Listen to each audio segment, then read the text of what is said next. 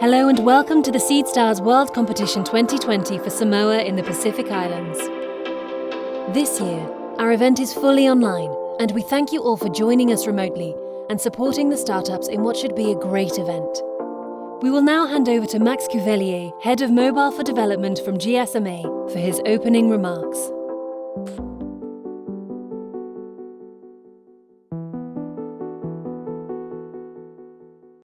Hello everyone, Talofa Lava, I hope I'm pronouncing this right. Welcome to the Pacific leg of the Seedstars World Competition 2020, and more specifically, the Samoa edition. My name is Max Cuvelier, Head of Mobile for Development at the GSMA, and I'm absolutely thrilled to welcome you to this online virtual event, where we will look at how we support local startups, but also how we put them on the map at a national, regional, and global level. The GSMA has been partnering with the Australian government to support entrepreneurs, and we're more committed than ever. We're repeating the Seedstars World Competition in Samoa, but also in Fiji and PNG. But at the same time, we also realized that we need to do more to train up entrepreneurs. So we've partnered with Fundia to run entrepreneurship training courses in Samoa, in Fiji, and in PNG. And we're also acknowledging that not all the startups are at the same stage in their development, so we've built two different tracks. One startup challenge for those who want to start from an idea or a prototype, and a launchpad for those more established companies. We're impressed and encouraged by the number and the quality of applicants. We've received a total of 496 applications, with a great representation of female talent. Nearly 60% of the applicants were women. And we're now providing support and filtering with 142 accepted in the Startup Challenge and over 80 hours of coaching sessions that have happened during the Startup Challenge. We're retaining great female participation throughout, and actually the proportion of female founders grows as we progress through the program, which is fantastic. On the Launchpad front, we've got 54 teams accepted to the next stage of the training. What does it mean for Samoa? Well, we've received 52 applications, and more than 2/3 of them were coming from women. Actually, all of the top 3 startups currently in the Startup Challenge for Samoa are either funded or co-founded by female founders. It's important for us to involve mobile operators as champions for this ecosystem throughout. I wanted to thank specifically Satish Sharma, the CEO of Vodafone Samoa, and Mark Whitten, the CEO of Digicel Samoa, for giving their time to mentor the startup. Vodafone Samoa also supported participants with connectivity and provided marketing support to draw up interest in the program. And finally, I want to personally thank Sam Sahili from Sky High, who's been our guide in the Samoan ecosystem since Sky High joined our Innovation Fund cohort a couple years ago. So we're really excited to bring you this virtual event where you will be able to get great startup pitches, obviously, but also the Q&A with the professionals, which will be providing them feedback, as well as a speaker panel on the entrepreneurship landscape, specifically in Samoa, and taking into account, obviously, the current context. And of course, the judge will then deliberate and announce the winners of the local country competition. But remember, as Pierre de Coubertin said, the father of the modern Olympic Games, the important thing in life is not really the triumph, but the struggle. So again, I want to thank the Australian government first for making this event possible, and of course all of you, attendees from Samoa, from the Pacific and from around the world, for tuning in, which should be a really exciting event. Enjoy and make the most of it. Thank you. We will now hear from Her Excellency, Sarah Moriarty, the Australian High Commissioner to Samoa, who helped make this event possible. Talofa Lava. Welcome to this live broadcast of Seedstars Pitching Competition 2020. My name is Sarah Moriarty and I'm the Australian High Commissioner to Samoa. In 2019, Seedstars brought their emerging market pitching competition to Samoa for the first time through a partnership between the Australian Government and the GSMA, the peak body of the global mobile industry. These events were an opportunity for local Samoan startups to pitch their ideas and leverage the Seedstars community of business experts and investors to take their businesses to the next level. SmartPay was selected as the winner of the Samoa event and attended the Seedstars regional event in Cambodia as part of their winner's prize. Proving the competitiveness of Samoan startups, SmartPay was recognised as one of the most promising startups in the Asia Pacific and was invited to the Global Summit in Switzerland. COVID-19 impacted the 2020 summit and continues to impact the region. Economic recovery is a central focus of Australia's new development strategy, Partnerships for Recovery. The private sector is an essential partner in this recovery, and we're committed to increasing access to capital for Pacific businesses through investment, re-establishment of markets and global value chains. This event would not be possible without the efforts, time and resources given by leaders in the local startup ecosystem and business community, some of whom I'm proud to say have benefited from the GSMA Ecosystem Accelerator Program. Like local entrepreneur Sam Saili, founder of Sky Eye Pacific, and local partner Olisana Mariner of the Hub Pacific, who have supported businesses through the entrepreneurship training programs, Startup Challenge and Launchpad, also supported by the Australian Government and the GSMA. Events such as Seedstars are particularly encouraging. It's inspiring to see the growing investment opportunities for local businesses that we know are regionally and globally competitive. I wish all the business entrepreneurs best of luck with your pitching today and encourage you to make the most of the expertise and experience Seedstars and the GSMA in Samoa can offer. Thank you. Whawhetai ma ia manuia. After months of scouting local startups, the Seedstars competition is finally back to Samoa. Out of dozens of applications received, 8 great entrepreneurs have been shortlisted to pitch their solutions in front of an international jury, with the chance to be crowned as the Apia winner of the Seedstars World Competition 2020.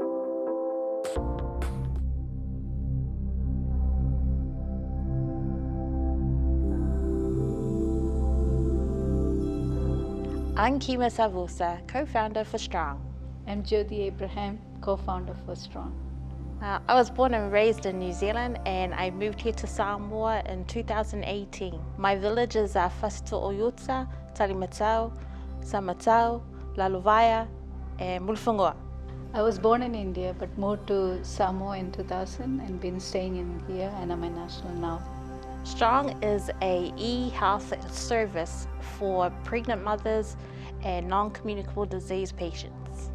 Strong is a healthcare service delivering online health. It's an e-health platform with mobile technology and also a mobile service where we will be going to the patient's house. So from this event from Seedstars, we're here to learn how to pitch, connect with other seed starters and learn how to possibly get funding for our project so that we can kickstart very soon. What drives me to provide strong healthcare services is our people of Samoa. Okay, o tātou o tangata soifua, o le lau ele ele, o lo tātou ainga, ma lo tātou whasino manga. And that's stronger together, raising our next generation. Are you ready to empower our next generation with strong healthcare services through digital platform? Strong is an acronym for Stronger Together, Raising Our Next Generation. With you and I, we can stand to make a difference in delivering healthcare through the digital platform. We recognize that during this global pandemic, accessing the delivery healthcare is a challenge. We have a wellness program designed to take care of our people. With Strong, the purpose is to address and reduce the current burden of non-communicable diseases such as diabetes, hypertension, and obesity. An example of our problem is access to care, acceptable of care, and assurance. An example is a pregnant mother with her 4th baby on the way, leaves her 3 children with her husband, who has taken time off work. The mother travels 20 kilometers to the main hospital here in Apia. She registers her visit at the clinic with the receptionist. She then waits to be called by a nurse for the physical measurements. She waits again. Seen by a midwife, then goes to a laboratory to have tests. She goes to the cashier to pay for these, and in the same visit, she's also needing to fill a prescription that the midwife had given her. She goes to the pharmacy, the cashier again, the dispenser, and then she needs to go book her scan for the ultrasound. And then she leaves to go back home. She's at the hospital for up to 8 hours. The acceptable care, this is the system that our patients are facing here in Samoa. They are acceptable of this type of system. The solution with Strong is to have direct access to healthcare providers at an optimum time. We want to be able to shift the paradigm in delivering healthcare by mobilizing a health team to women and utilizing an array of technology available to us. Our service is to provide a one-stop m-health clinic, an online or offline, serving the client at the comfort of their home, whether it's online through the group sessions utilizing Zoom or our mobile app, where clients and family can access educational materials, our mobile team visiting their home for their regular checkup visits at a fraction of the time she is visiting at the hospital. Our midwifery team consisting of a midwife and a community health worker who carry the equipment to their home.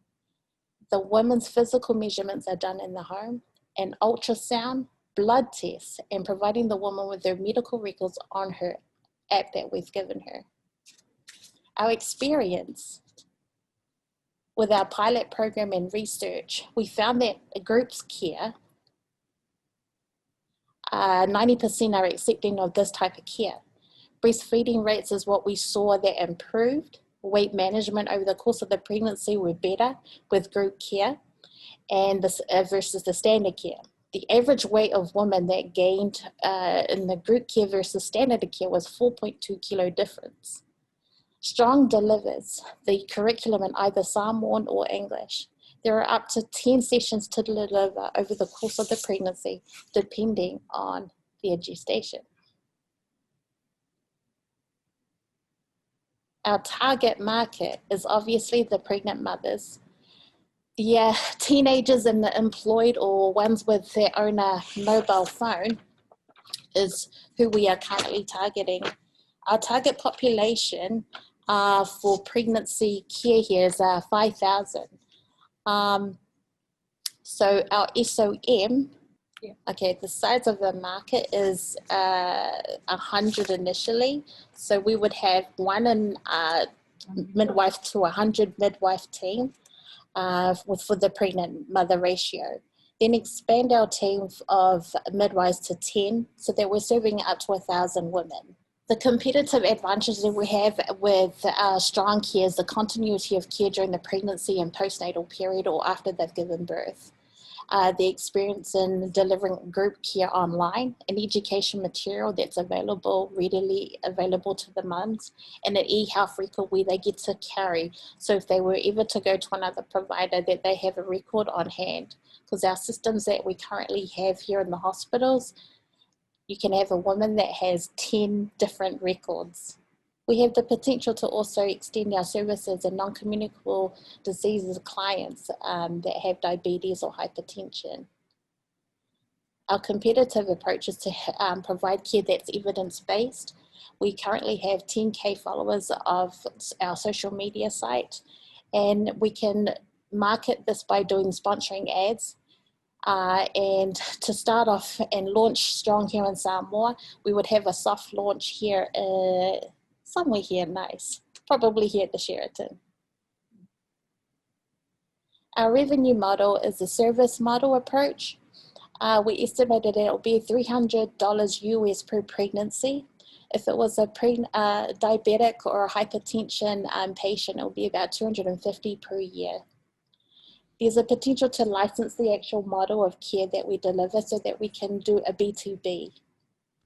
Kima, I'm sorry I have to stop you here. The time is up for the presentation, but don't worry, we can cover the rest through the Q&A. So actually, thanks a lot for the presentation, first of all. So do you have an ask at the moment? So how much are you looking to raise, and how would you use the money? Thank you for the question. So our ask is 200K USD. and that's to design and develop the actual app and to digitize this big book full of material. And this is what we need to have the women to access online. Also, and pay for the midwives and the operation costs. Mentoring is what we've seen as a need for the business because we're not, our strength is not in business. So mentoring from a business mentor really helps. So through the Seedstar, the Launchpad, the Startup Challenge, that's really helped us a lot. So I think we'll get a little bit more strength in the terms of delivering a good financial and a sustainable product. The other is medical resources. Okay, amazing. Thanks a lot for this. So I would have a few other questions, but I'll pass the word first to Ben and Stephanie, and if you have time, we can go back. So please, Ben, Stephanie, any of you? That was fantastic, and I'm going to be a little bit biased here because we do run we run a very similar platform in Timor-Leste, where we have 70,000 women registered to it, doing very, very, very similar to this thing. So I think this really does have legs, and it is possible and it can be done. So I congratulate you on the idea. It's really, really great. There's some things I think that we do have a lot of lessons learned from that. One thing I'd really like to understand is your existing links with government and partner systems and how that looks like, because they will have their own way of working, and I think there's been a lot of potential here to complement with government systems and hospital systems. And have you thought about that? Yes, definitely, because without them, I'm not able to deliver this kind of healthcare service. So it's important for us to partner with them. I have a good relationship with the current CEO, so it has been already discussed with him, and it's just a matter of waiting for COVID to kind of like disappear, or I think we just have to work with it. But offering the online platform is probably one way they're not on top of at this stage. So that's where I see us as an advantage. And the e-health will help the hospital current system. I don't see it will be a burden to them. I think it's going to help the Ministry of Health at this stage. Hi, ladies. Awesome presentation. And I also know of a similar app that's been developed and running in Myanmar called Mai Mai. And that was developed by a local software company. And so I think if you're looking for ideas before the development starts, I don't know how far down development you are, obviously you can learn a lot from what Ben's program has done in Timor-Leste, and then I can very much connect you to the Coco Tech teams in Myanmar to see what's worked, how they've kept engaging, and they've also partnered with the health services. It's now the biggest provider of prenatal and antenatal care to pregnant mothers in Myanmar. So my question is this basically a private service that Samoan mothers would pay for, or do they pay a similar amount if they're going through the public system? So this will be a private service as such, and that is actually marketed at the employed mothers or the employed women or the employed people if we're to expand the services to the diabetics and the hypertension. We've also got this other idea to add on top of the actual healthcare service, where the families that are currently overseas in New Zealand, Australia, USA, who are concerned about their loved ones here in Samoa, and there's a good revenue of remittances that are coming into Samoa, and if they want to pay for their healthcare service, our market will be towards the loved ones overseas in New Zealand, Australia, USA. So if you're pregnant right now in Samoa and you go to the hospital and you have all your checks, does it cost you a similar amount or much, much less? Much less. Okay, all right. So you're paying for a premium service here, and you would then in turn be paying your health workers in addition to perhaps them working for the government service to make the house calls, or they'll only be working for you? They'll be only working with us. Well, this is where we will need to partner with the MOH to see if we're able to partner in that respect, so that there's good, well-used resources between, because I cannot employ 10 midwives within the next year because they are needing the same resources. So Strong should actually be with the Ministry of Health, but I feel that this is also an opportunity for the market to go business-wise as well. Great, thank you so much. So we know with technology absorption, it works across a curve. So it's basically motivation and simplicity. So pregnant mothers are obviously motivated to access your service. I do wonder how simple it is for them to access. And I would encourage you to have a bit of a think about that. And I guess my question around that, therefore, is how does this work in low connectivity environments? How does it work with the mothers that need it the most in perhaps rural areas of Samoa? Or aren't you targeting those mothers? Are you targeting mothers in Apia specifically, and people who can afford the service? So I understand with the low connectivity in the rural areas, but my understanding with DigiCell, they've gone 99% coverage LTE, and he's reassured me that the connectivity into the most remote areas of Samoa, we will be connected. So that's reassuring for us. However, we can always go back to the my big thick book where the women would have the old version. It is still technology, it is paper. I know we don't want to be printing a lot of trees, but this would be the backup. So that would address the actual connectivity. Oh, that's great. Thanks very much. And as Stephanie said, we're happy to connect and talk through some of this broadly, but in terms of this conversation, I really appreciate the answer to your question. Thanks, Ben and Stephanie, first of all. Thanks so much, Kima, for the presentation. Good luck with the future and the development of this amazing project. Thanks again, and we'll be in touch soon. Thank you. Thank you. Thanks a lot.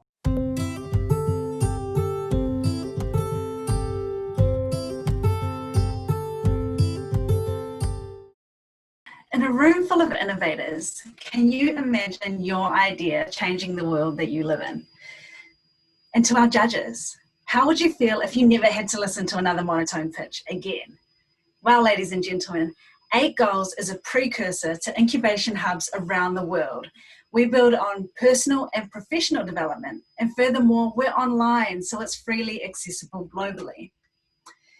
During the global lockdown, I had people contacting me on both a personal and professional level to ask about business ideas, coping mechanisms, and how to transition ideas into implementation.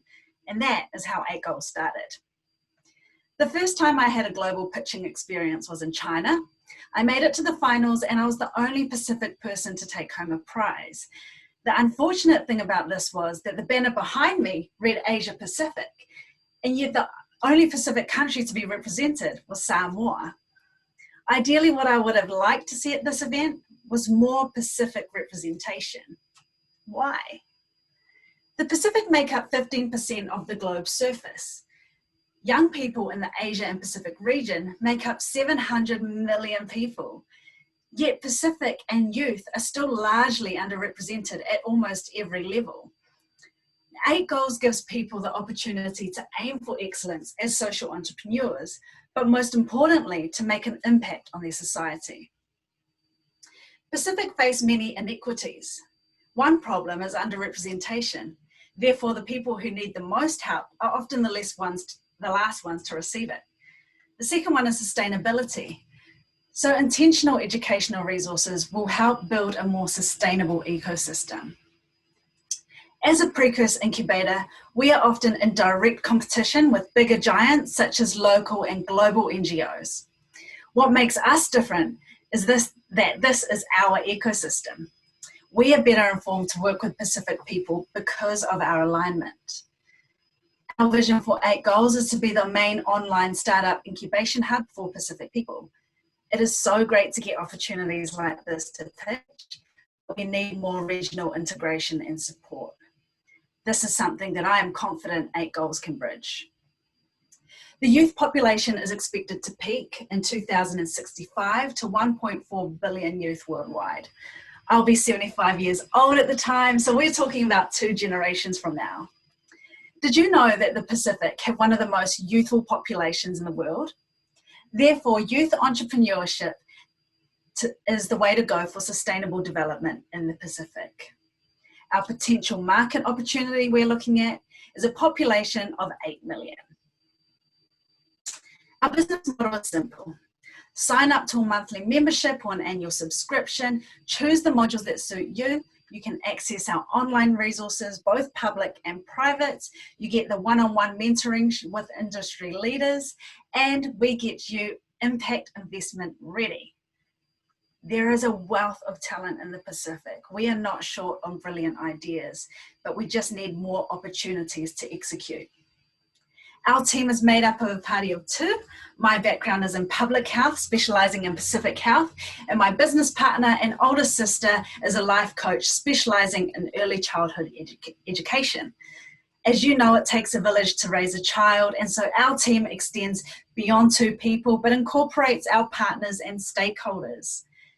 Now, my pitch here today is not why we need you, but why you need us. We are not here to reinvent the wheel. We partner with investment incubators, youth organizations all over the world. We are not here to be the same as what currently exists.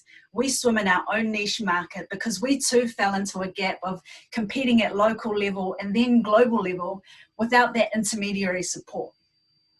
Our ask is for mentorship, scholarship opportunities to further our learning experiences, funding of US $400,000 to help with online running of programs, logistics, management, and operations.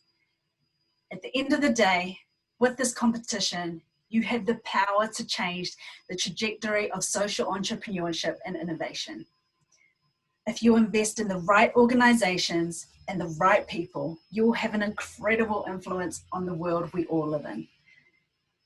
8 Goals can help you unlock so much more potential than you could have ever imagined.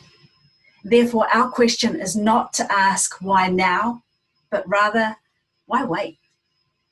Thank you. Thank you, Esmeralda. Thanks a lot for the presentation. It was a great, great pitch. So congratulations. Really, really impressive. Maybe let me start with a quick question, which is, could you please outline a bit who's your customer? Who are you targeting specifically? Sure, youth, and so I wanted to broaden the context, not just look at Pacific, but look at Asia Pacific. And so youth between the ages of, well, coming out of high school, so maybe around 15 up until 35. With the Pacific, we have our median age range in Samoa is 33, so we've got quite a youthful population. And yeah, they're the ones with a lot of the ideas and also living in the environments that we want to change and living in that context, so they know the problems at grassroots level. So it's really just helping them with the ideas that they already have and implementing it into a business model. Great. So how the business model works, like is it B2C? Do they pay to get on board and have this, I've seen, I think, webinar, one-on-one mentoring sessions. How does that work? Yeah, absolutely. So they just get in contact with us. We have a 60-minute free consultation. And then we have different types of modules. So it's like branding, product service development, tailored marketing plan. I look after all the business side. My sister looks after all the personal development as a life coach.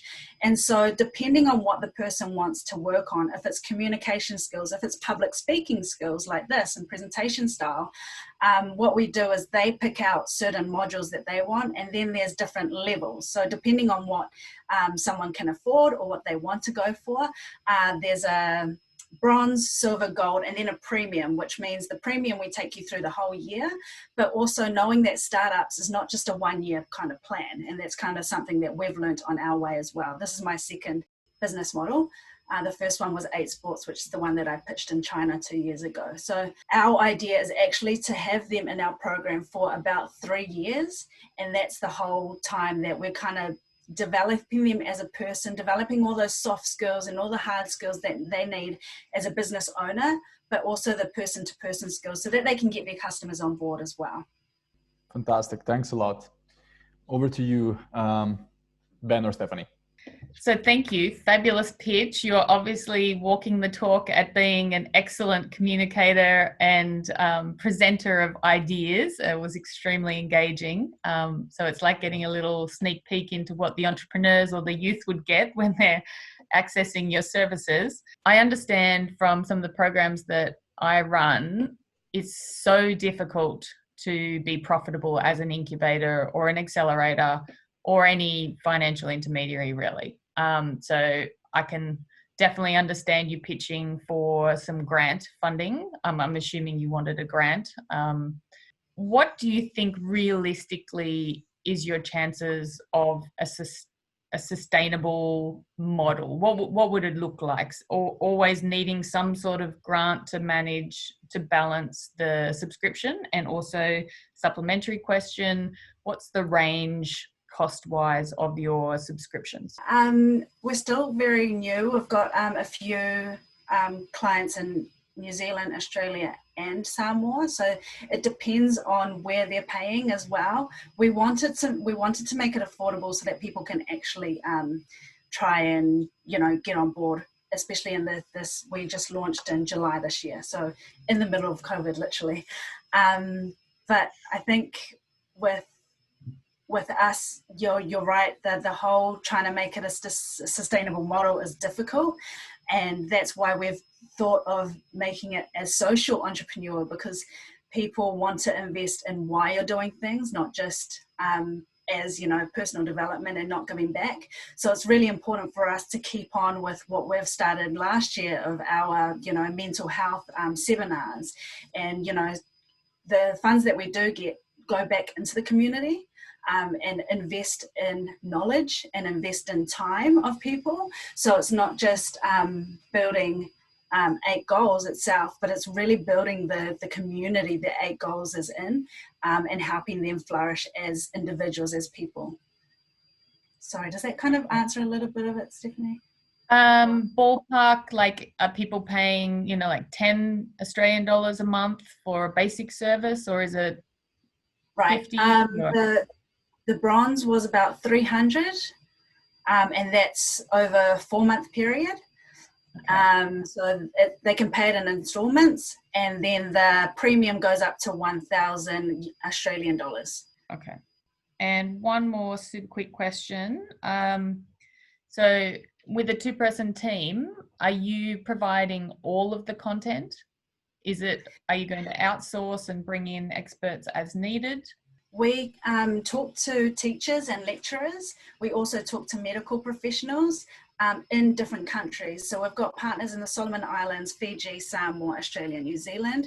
And we talk to people that are in those areas. And then we use our health and education background to kind of fuse all of those together. And then we put our own modules together so that it's original content. And yeah, it's the money would go towards putting that through a proper database as well, because you're right, 2-people team is like not a lot of sleep at night. Great, thank you so much. Over to you, Ben. Thanks, Stephanie. Thanks, Giovanni, and thanks, Esmeralda. That was fantastic. I do agree, that was a really fantastic pitch. You kind of sold it quite a lot. So, and we know that this is really needed in the Pacific. We know there's a big gap here, and we all know it's really hard to do a business model around this. So I agree with those questions. They're really, really important. And related to that, I would have liked to have seen a lot more about what do I get for that $400,000? It's quite a large chunk of money for what you're proposing. So that is my question. What are, in terms of that $400,000 that you're asking for, can you unpack that a little bit more, and what does that go into specifically? Yeah, sure. So because we're covering such a wide scope, Asia and Pacific, I know that, we've got one of the biggest countries in the region. So China, for example. I've done work in other places like Uzbekistan and Kazakhstan, and we're just getting into very different areas of the world. And what I want is for people to know that the Pacific exists, and to know that that we're here and that we need a voice to shine out as well. So the money would go into developing certain hubs in different countries, and that's why it's such a vast amount, because the Pacific itself has so many different islands, and so getting the internet access is not always easy in the Pacific. So I just really want to break down the barriers of access. So if people can access the internet, then they can access knowledge. And if we're able to give them that privilege, then we'll be able to educate them in different ways. I mean, a lot of our classrooms are full of, they've got, 30, 40 kids and one teacher. So if we can kind of alleviate some of that, then maybe we can come in online. A lot of people actually in the islands all have smartphones. So, that's a way that we can share the education tools, rather than just relying on, going to one person and disseminating all that information. We can help them in other ways, and not only education, then that filters into healthcare as well. And then it also filters into like minds. So we're, setting up hubs where kids are able to think and brainstorm together. And so that also takes a lot of money with electricity, internet, going into domain support. So looking at website functions, I haven't looked into that yet, but also looking at emails. So, our different staff and different emails, and really wanting to employ people at a local level. So our graphic designers, our content development, I would want to, employ people in Fiji and Samoa, so that it also looks at youth unemployment rates and getting that better. And then obviously on a larger macro scale, we're also declining on our health inequities and inequalities, because we're able to allow people to get proper education and proper work as well. Just related to that a little bit, and once again, it is, it's not an overly large ask, but it is a fair ask. There would be an expectation that you would probably have an advisory board to support you as well, especially if you're going to be expanding to other markets where perhaps you're not as familiar with, if you're thinking about China or Southeast Asia. Is there an intention to establish some kind of advisory board to support you along the journey? Yeah, you know what, Ben, through all these pitching events and all these things that I've been through, I was in the Entrepreneurship World Cup a couple of weeks ago, and the support that I have is amazing. I work with ICDP in Australia, Pacific Trade and Invest, and I've met so many amazing people along the way. And even in China, when I pitched, one of the guys was Jeremy, and he's in Sydney. He's from Sydney.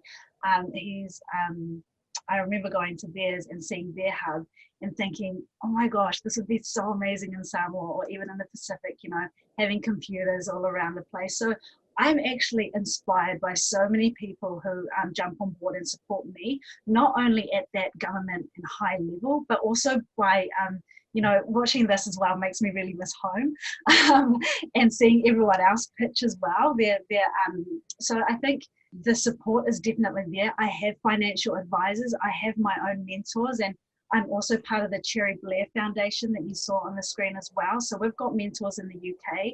I'm part of the Youth Collab, being one of their winners. So I've got mentors in Bangkok. So I do have a lot of people on board who I can pull into an advisory board. Yeah, the support has just been really amazing. Thank you so much, Esmeralda, for your time, your pitch. Thank you so much for the opportunity, and have a great day. Thank you so much. Esmeralda, good luck.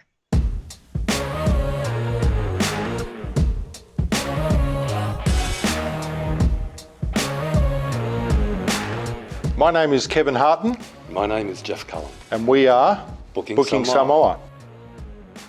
I'm originally from Melbourne, Australia. Been living here in Samoa for 7 years. I'm originally from Moriarty in northern New South Wales, and I've been in Samoa just over 11 years.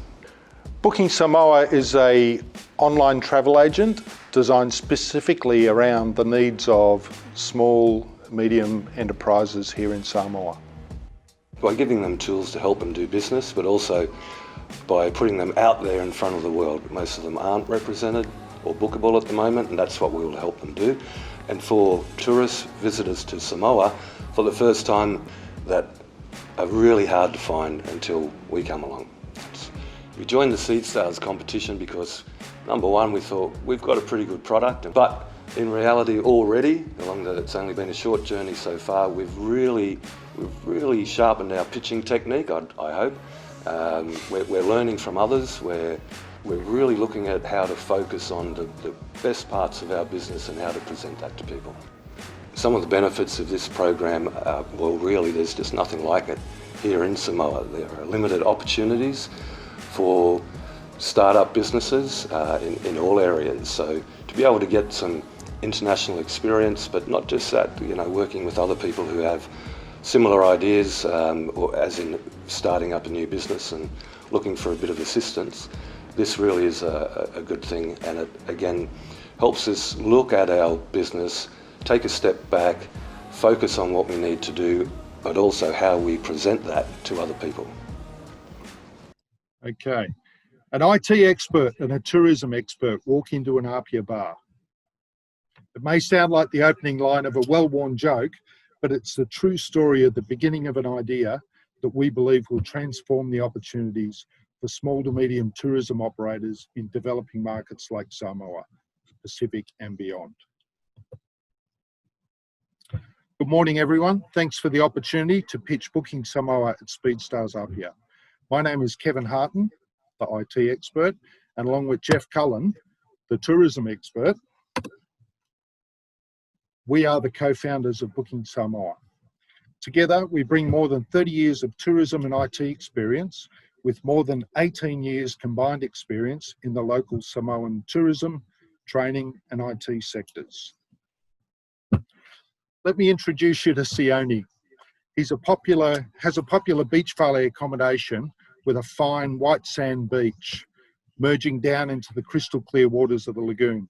The waves gently lap in front of your traditional open valet, and the temperature's around 30 degrees every day of the year. Apart from a Facebook page, Sione has very little online presence. He's not so reliable with email, and guests walking in is how he takes bookings. And by the way, it's cash only. The majority of Samoa's tourism business operate this way. Klaus, the typical backpacker, well informed about his destination before he arrives through online research, social media and word of mouth from fellow travellers.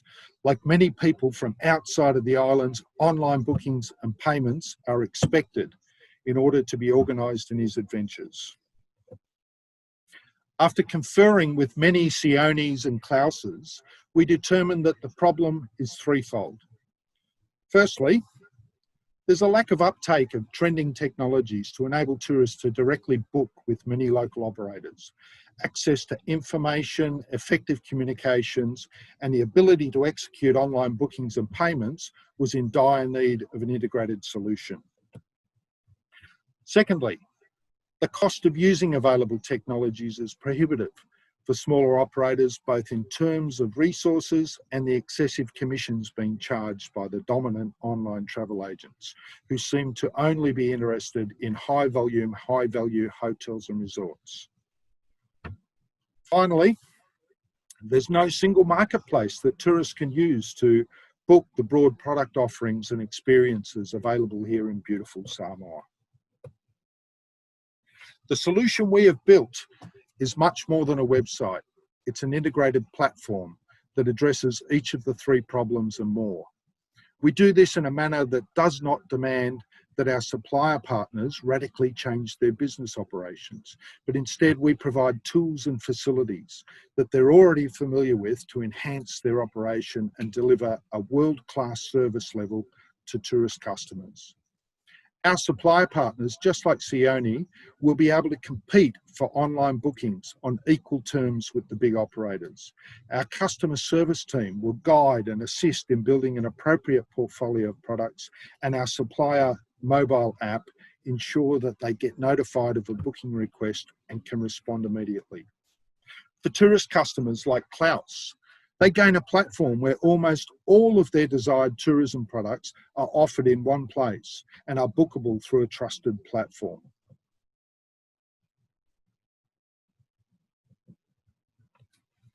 We estimate that we have a serviceable market of about 76 million tala annually. Our business model is based around a 10% commission, and with an initial targeted 10% market share, we will return an operating revenue in the first year of 750,000 tala. Our market share is expected to grow to 20% over the first 3 years, resulting in an operating revenue of 1.5 million tala locally. Booking Samoa has emerged from a successful tour and rental business, which have provided funding to date. Since the border closure, we've sought alternative revenue streams from related software development activities. Once the borders reopen, we expect our traditional revenue streams will quickly be surpassed by booking revenues. We're seeking $250,000 US to take Booking Samoa through the initial 18 months and into our initial expansion stage. These funds will be allocated to marketing, hiring and developing local staff, and infrastructure. Our goal is to accelerate development ahead of all the borders opening and to ramp up marketing activities to drive traffic to our platform. For the investor, Booking Samoa represents an opportunity to get on board early and enjoy the returns not only here in Samoa, but also throughout the Pacific and beyond. Thanks a lot, Kevin, for the presentation. No worries. So I leave the floor first to the other jurors. So Stephanie, Ben, if you have any question to Kevin, please feel free to ask. Or Jeff. Or Jeff, sorry. Yes. Hi, Jeff. Well, I'll start. Excellent presentation. I think you really nicely outlined the problem, and it's such a problem, right? I do know that there are lots of problems with mobile money and payment gateways in the Pacific. So my question is about, like, how confident are you that can be solved for your solution? As far as payment gateways are concerned, we've had discussions with all the banks here. We have a merchant facility locally, but they're not very sophisticated when it comes to implementing gateways. So we've actually been forced to go offshore. We're using a group based out of the UK called Trust My Travel, and they specialise in payment processing for the travel industry, particularly in Europe. It's unfortunate. We have a preference to do everything we possibly can here in Samoa, but the other thing is that the costs associated with processing credit card payments here in Samoa are excessive because of the very low volumes. And on our end, once the money is here, we transfer to a local bank account, and that's something that online travel agencies don't do. PayPal doesn't work here, Stripe doesn't work here. So basically we get paid, and on the day of travel, so to speak, when somebody arrives at your beach valet or takes your tour, very next day we transfer the funds into Sioni's bank account. Okay, yeah, that's awesome. And I mean, obviously COVID-19 is the big issue here with starting a tourism business. What's your plan B if borders don't open for another year? Well, we're confident the borders will open. We're right in the middle of our plan B now. So we officially launched on the 1st of February, and our planned first 3 months was to get out there and sign up supplier partners. We had a very positive initial sign-on, and then the borders closed. And our expectation is that the borders will probably open up here in April. And that coincides pretty much with the traditional dry season, you know, the Australian and New Zealanders getting away from the winter. And I think there will be a pent-up demand, particularly in Australia and New Zealand.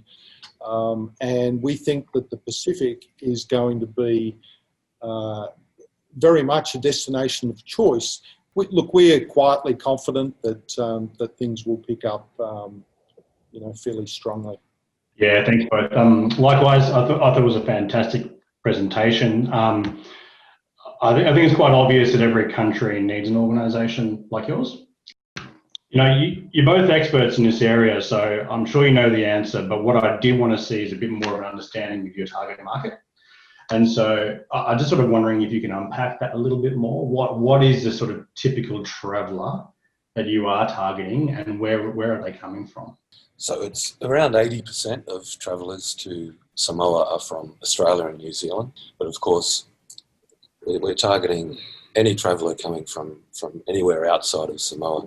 The thing about Samoa, most people come here after they've been to places like Bali, like Fiji even, in the South Pacific. So most are already looking for something that's a little bit different. That's why they're looking at Samoa. So it really is, it kind of is, the people who want to come to Samoa are already the people that need to come to us, because we will have available all of those smaller places that the big guys don't have available. I have one more question, and I might pass back to Stephanie, who might have a few more. So my family and I went to Vanuatu last year, incidentally. We went to a lot of the outer islands and we booked an Airbnb. So increasingly we've noticed that this penetration is coming.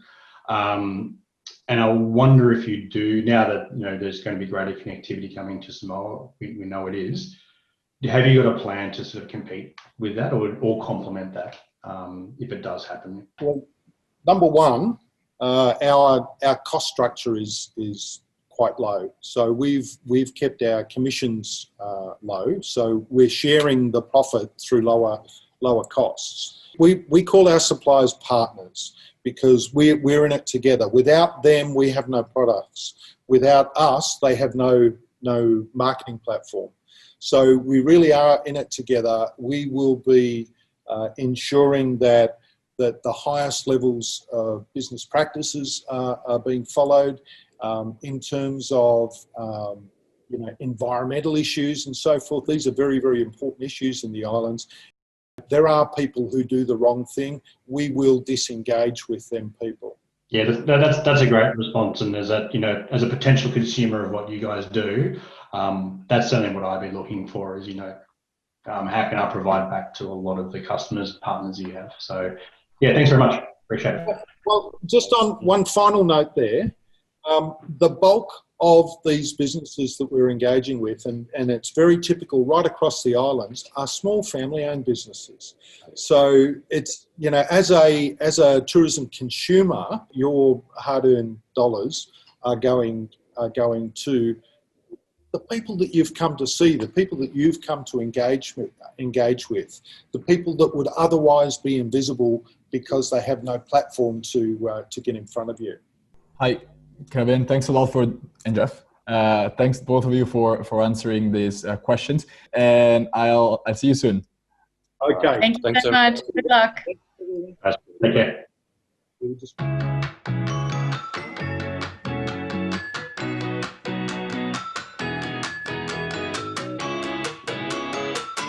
Hi, my name is Brandon Seffel, and my company is Fatsuto Nutrition. I was born and raised in Samoa, and I'm currently living here. My startup offers online nutrition coaching dedicated to bettering the lives of the Pacific people.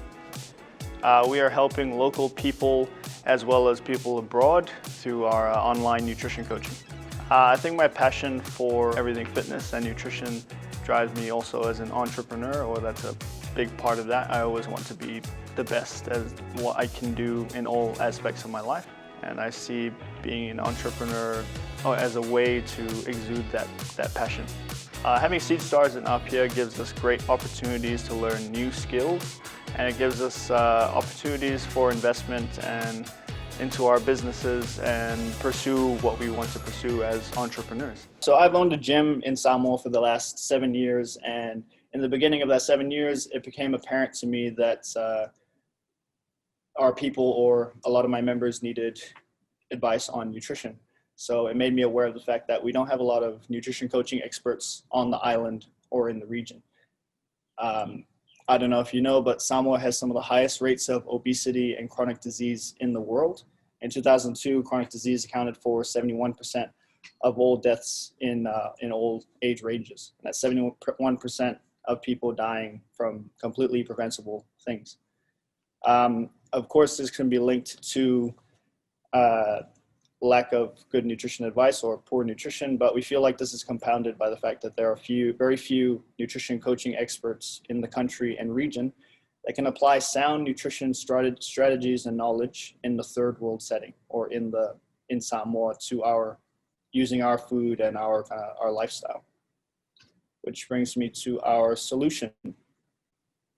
We offer online nutrition coaching in the context of the Pacific Islands. And using technology, we can reach a wide variety of clients. And our clients will be able to relate to us because we are them. We are locals who have the expertise and the knowledge to apply sound nutrition coaching in the context of their own lives. So on our team is myself, Coach Brandon, and my business partner, Coach Amanda, who is based in Auckland, New Zealand, who works with us part-time. She's also a medical doctor, and she helps us with special cases and certain medical conditions that our clients may have. How our product or how our service works is our clients sign up online or in person at my gym. They'll get assigned a coach, either me or Coach Amanda, and they'll be sent a login link for our third-party app, ProCoach. So we use this app to monitor our clients' progress, to deliver their individualized based nutrition approach and programs, to communicate with them, to track their meals, and be with them throughout the whole 12-week term. In terms of traction, we started about last year, averaging about 2 to 3 new clients per month as we tried to gain our clients' trust and get a bit more awareness of our brand in the market. And based on the success of those clients, we are now averaging 10 to 13 new clients a month, and 2021 looks very good for us. So because of the clients that we were successful with last year, it really brought up our business this year.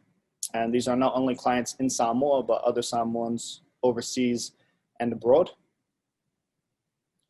The majority of our clients, of course, are based in Samoa, and our age demographic is between 24 and 54 years old, which is a population of about 73,000 people. But as our program and our service is online, location is no issue, so we can reach people all around the world. And as you may not know, there are a lot more Samoan people overseas than there are in Samoa, a population of over 400,000 people. So it's safe to assume we can apply to those people. In terms of our competition, our main competition is other local gyms and weight loss challenges and other online nutrition programs and services. But our methodologies differ, so it's not as much of an issue. Our business model is simple. We sign each of our clients up in minimum term coaching terms of 12 weeks in the currency of their choice. After the 12 weeks is done, they can choose to carry on for another 12 weeks. The maximum coaching term we offer is 1 year or 12 months. If after that 12 weeks they feel like they can go along on their own, they totally can. We also get revenue from online ebooks and cookbook sales, as well as speaking engagements and nutrition talks. What investment would mean to us and our brand is to help build our brand awareness and spread our message out more and reach more people. It would help us expand our business and expand our client base. It would help me hire more coaches, which would increase our client capacity. The more coaches we have, the more clients we can kind of take on at one time, because at the moment we cap our clients per month to about 15 to 20, so that quality in coaching isn't lost. And further down the line, in the future, our goal is to move away from the third-party app, ProCoach, and develop our own app, Whatusoa Nutrition app, that really applies that can deliver our coaching method in our own language, using our own local foods and recipes, and have local coaches involved, and be able to train local coaches to deliver our coaching method. Thank you, Brandon, for the presentation. I'm really passionate, by the way, about the whole nutrition and healthy lifestyle. So I think it's a great solution. Tons of questions. I'll leave the floor first to Stephanie and Ben, and I'll be back to you. Brandon, thank you so much. I think you did a beautiful and simple pitch. I think, like you said, the best thing about your concept or about your business is you're context specific. You are Samoan, you know what everybody else is struggling with, you know what food is available in the market or in that people are eating, and I think that is crucial. So I think you have a real value add there, like something unique, which is fantastic. Do you offer exercise in the program, or is it just focused on nutrition? Yeah, our each of our participants do get kind of exercise programs, and then but yeah, it is primarily nutrition. So well done, great pitch, loved it. You're a walking advertisement for your service.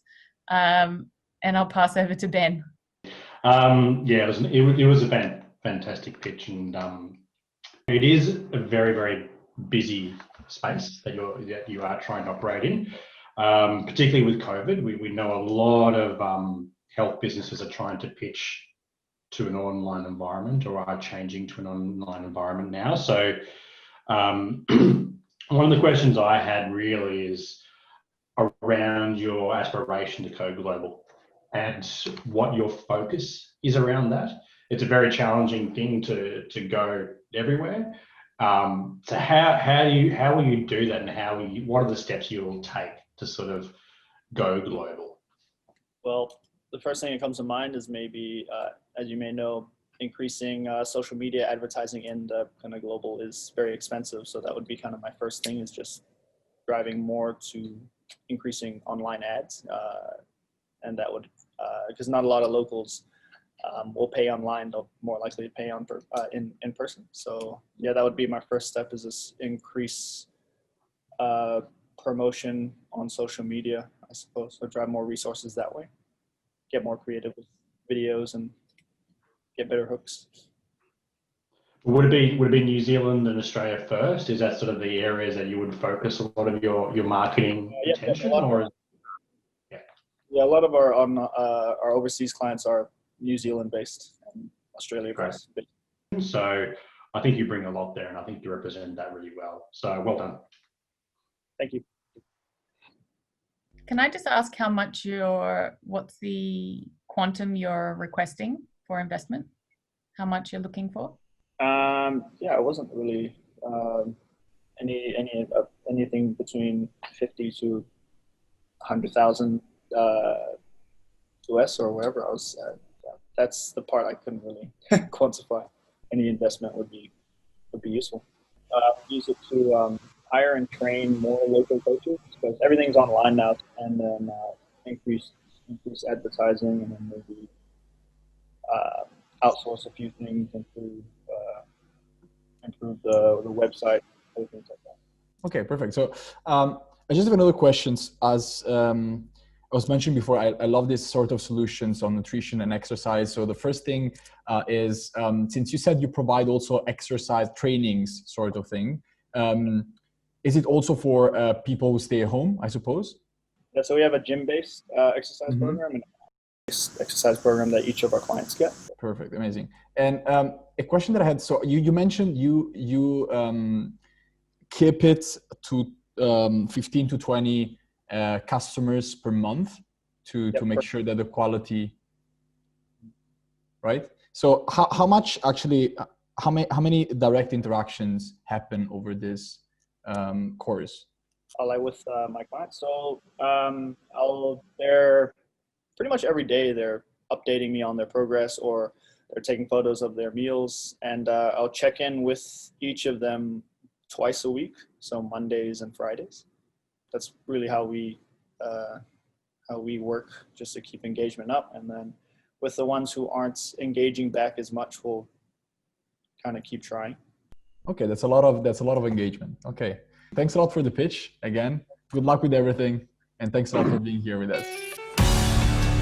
What a great start to the competition. Before we see the remaining pitches, let's remind ourselves of what happened at last year's competition.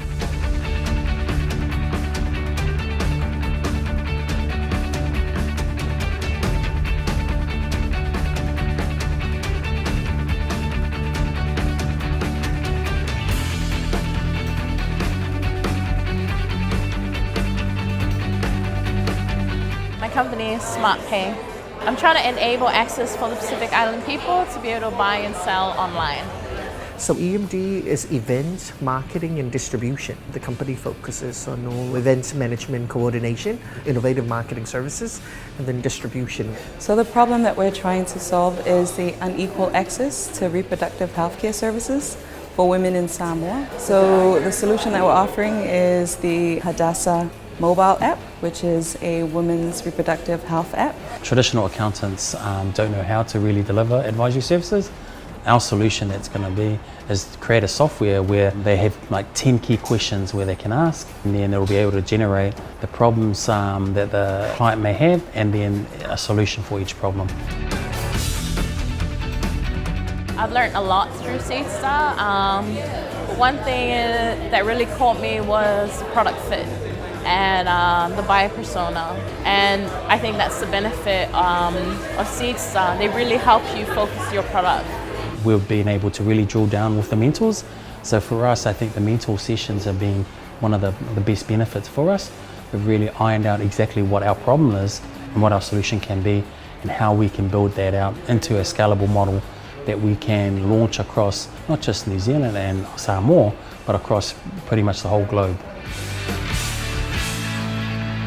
Perhaps one of the most difficult things about being an entrepreneur here, especially a social entrepreneur, is funding. Trying to get started with capital and networking. If you're not already part of the business community and you're just starting out and you don't know where to go for that help, it can be quite difficult. It's very exciting to be here today and to be able to participate and to watch all these great people with their ideas.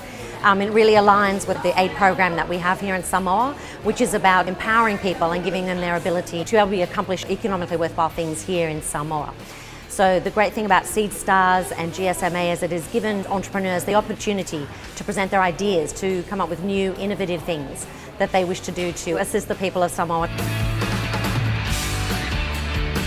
If you've never been to Samoa, one of the exciting things about setting up business here is that there's such a huge market and an unmet need, and there's so much space for you to be creative.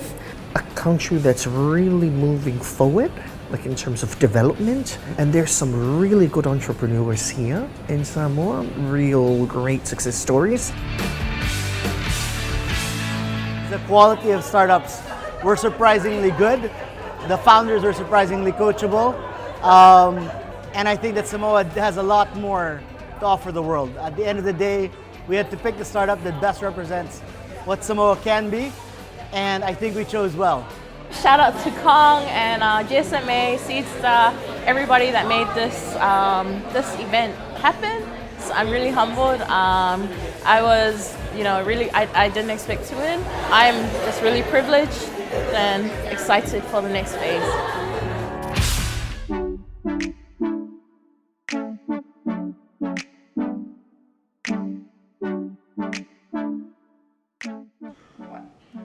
Hi, my name is Toa Brown and I'm representing Guiltless Meats.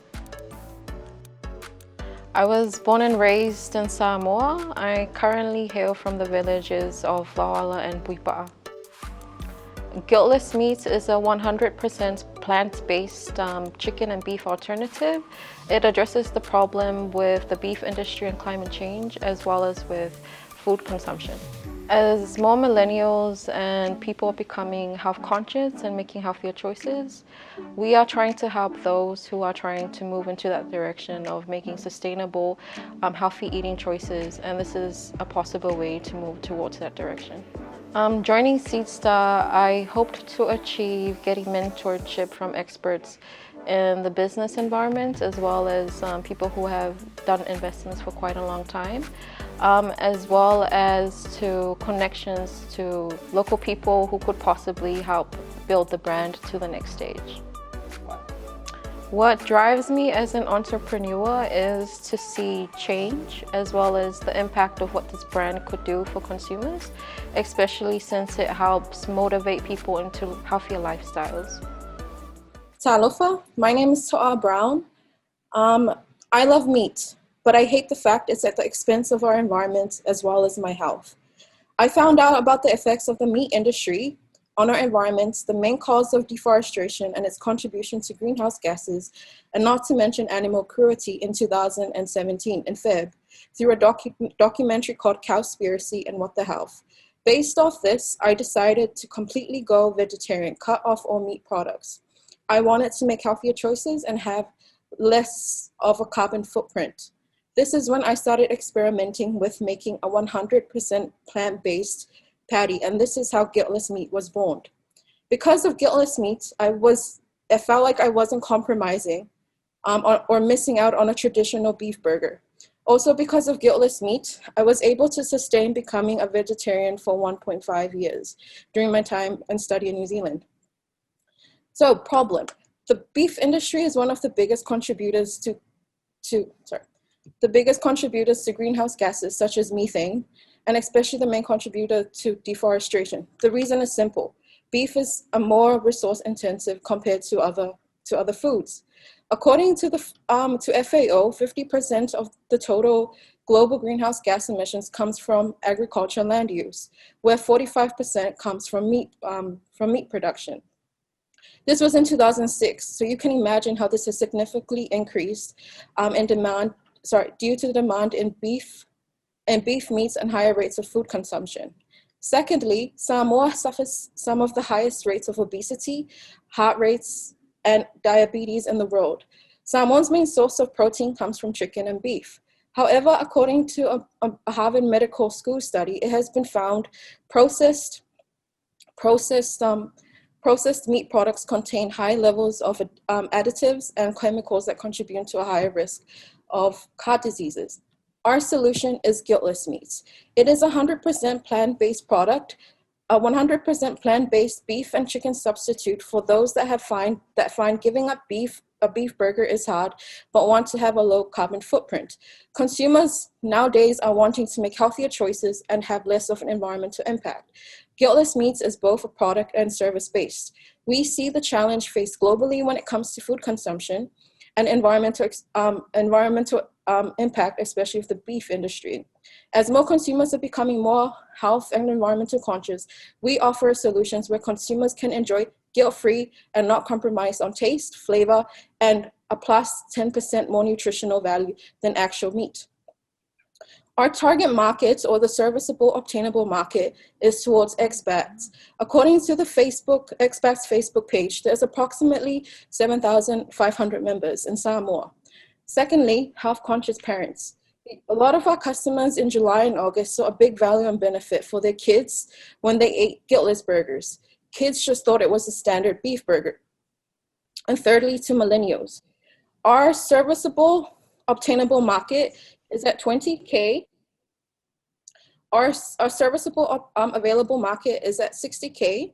60K in terms of the population, and total available market, which accounts for all of the 3 target markets that you see on the screen, is at 120K. Our local competition compared to other vegan patties as well as burgers is that it mimics the beef and chicken flavor, and it would be a lot cheaper compared to buying mince or beef patties at retail level. Our business model is very simple. It is through transactions and sales. Pay and order, or order and pay. Currently, we are at a small-scale implementation phase. My vegetarian lifestyle completely went out the window when I returned to Samoa in 2018 and went back to meat consumption. Simply, there are not a lot of options when I returned. So in July 2000 this year, I recreated the recipe I made back in uni for my personal consumption. However, family and friends also tried it out and were surprised given that the flavor does mimic and has that beefy taste. All of the marketing has been through hearsay and returning customers. With that said, since establishment, we have had a 26% in revenue from July and August. We are currently on hold due to work commitments. My team consists of myself, founder, as well as my sister, who deals with a lot of the finance as well as the record keeping. Our ask is for 100K USD. This is for 1 to 2 full years operations, and also with help with connections to the right people to talk to in terms of local retailers, manufacturers, wholesalers, and importantly, mentorship. The breakdown of where this 100K would of where it would go would be in operations, marketing, as well as further development. Thank you, and Faftailava. Thank you so much, Toa, for the presentation.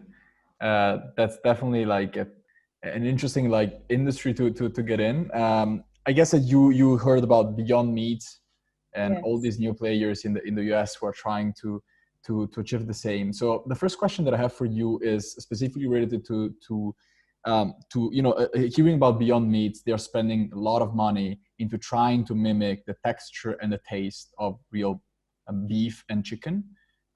So I wanted to know from your side about Guiltless Meats.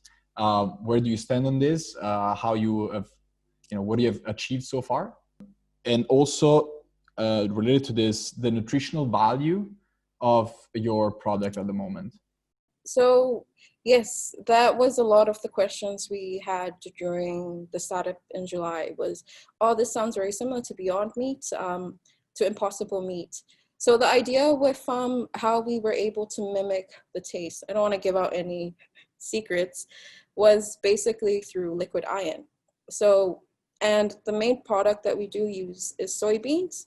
However, the problem with sourcing it locally is there's not a lot of people that grow it locally in Samoa. So most of the products that we do use is obtained or purchased from overseas in New Zealand, mainly New Zealand.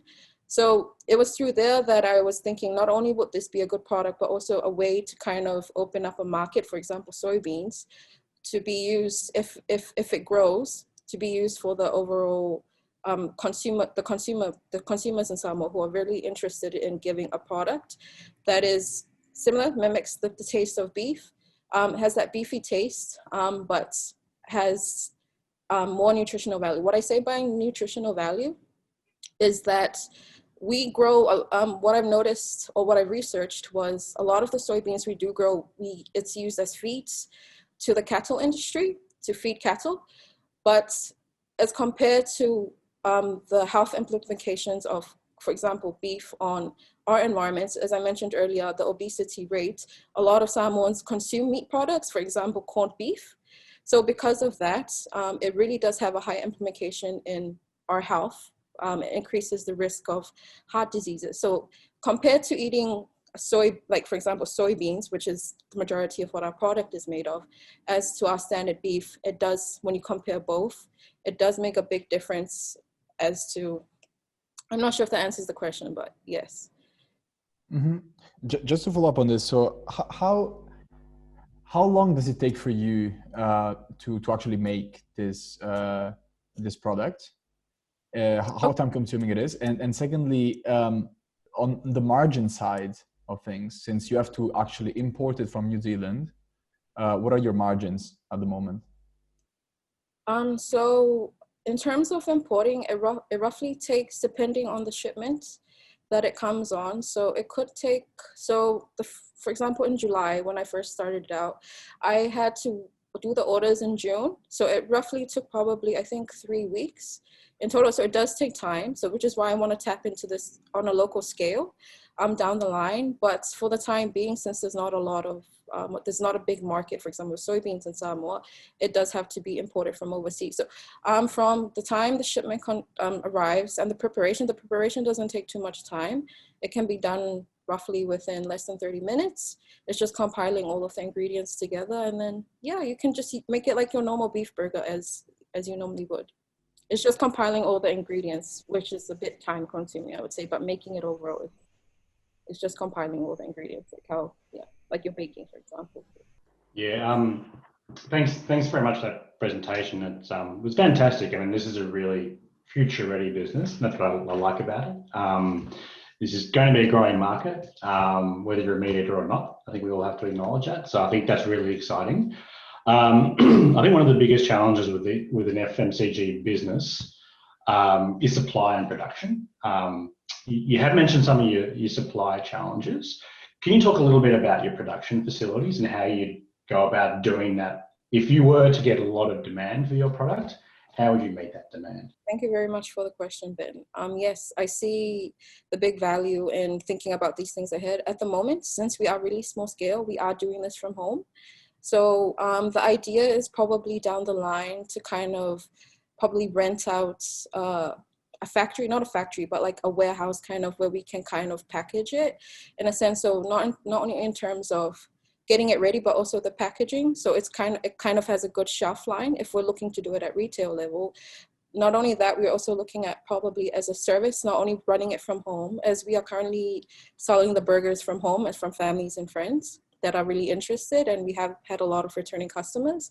So the idea is to probably have both like a manufacturing factory or like a wholesale, and also like an outlet where we can definitely sell up to the wider public within Samoa. So it's just getting to that stage, and for that needs funding and money. So I think that's where we, we were hoping to ask for the 100K USD, was to kind of get those steps moving. But I can see down the line, probably in the next 5 months, if we continue doing this, if we get more sales and revenue, we will probably look to pushing this ourselves if it comes to the higher demand. It's just the supply that would be a bit difficult, is pre-ordering a lot of this stuff, most definitely. Yeah, great, thank you. Nice to meet you, and a fantastic pitch. I was vegetarian for a long time and I've relapsed, but I do prefer to buy the sort of Beyond Meat, Impossible Meat products, which you find in Australia a lot more often now in the major supermarkets. So there is definitely a growing market for it. My question is about the soybeans. A lot of the products that we find in Australia are now being made out of pea protein, and I wanted to know whether you had investigated any of that. Okay, I haven't actually done any research into the pea proteins. So aside from soy that we use, we also use the powdered potato protein as kind of like a binder for the overall meat. So the idea is, I think hearing that now, I think that's a good thing to look back into some research and see if it's possible to implicate into next, stages of research, and see if it will be definitely possible. Given, exactly, I am aware that soybean growth has been a cause for some of the deforestation in the world, but I see it as a sense because they use mainly soybeans for cattle, like for cattle feed and for other livestock feed. So why not use that same soy in terms of our own meat instead of having to go through the cattle and then we have to. So it's kind of like that cycle, which is why I'm looking towards soybeans. Thanks very much. Thank you so much, Toa, for the presentation. So good luck with everything. Thank you. Yes, so you hear from us very soon.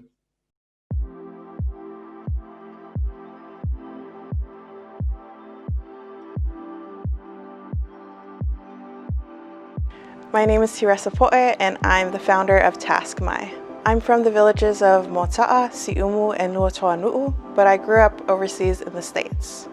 So TaskMai is an on-demand service platform. It's a social venture aiming to tackle recent COVID redundancies through offering casual employment. So this startup is really for our recent redundancies in the tourism and hospitality sectors that we're seeing, and also the increasing youth unemployment rates due to COVID. My drive is really all about the innovation. There's so much opportunities to be creative and to give back to our communities in really meaningful ways.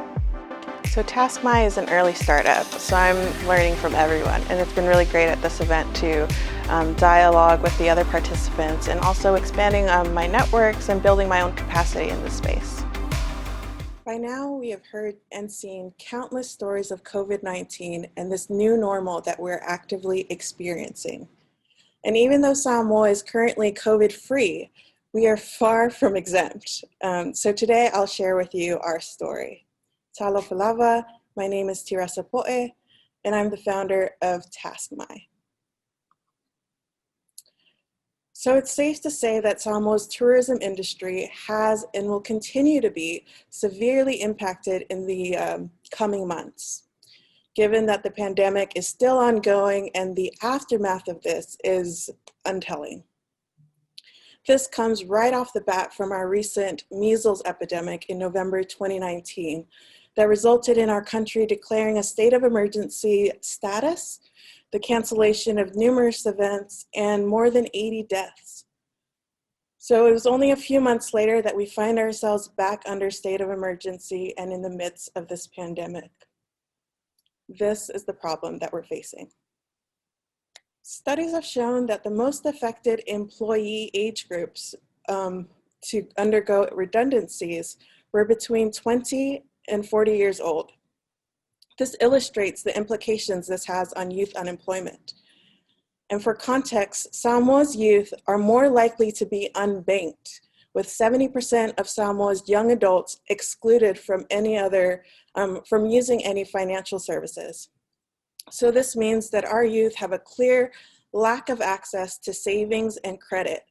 And combine this with the rising youth unemployment, Samoa, we're joining the global trend, proving that COVID has exacerbated these pre-existing vulnerabilities. And this is impacting women as well.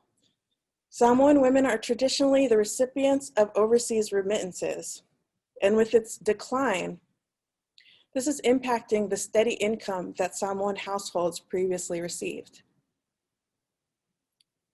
Here are some further statistics to illustrate how COVID is impacting the livelihoods in our Samoan households.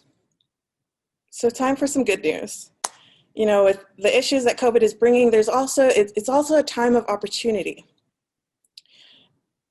And our solution for this problem begins with income generation. For those finding themselves being made redundant or having reduced hours, our business can assist with short-term recovery opportunities through casual employment. Growing up overseas, I've always had a job since I was really young. You know, it was very common for students to have an after-school job or a job during the summers. But in my experience in Samoa, that mentality is not shared amongst our Samoan youth. So with our platform, our young people can gain soft skills like leadership, communication, honesty, punctuality. These skills they can develop through TaskMy and carry with them in their future endeavors.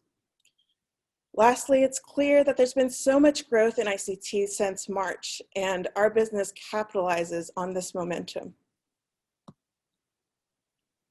So introducing TaskMy. It's an on-demand service platform ready to help with your everyday needs, connecting Samoa's community of recently redundant skilled labor for easy, convenient, and reliable service solutions.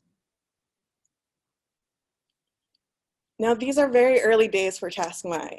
Right now, we are focused on collecting research to better understand our value to society and identify our user base, as this is a marketplace model. Once our users are identified and therefore their skill sets and vetted, we will select 1 to 2 functions to start off with so that we can get our product to market.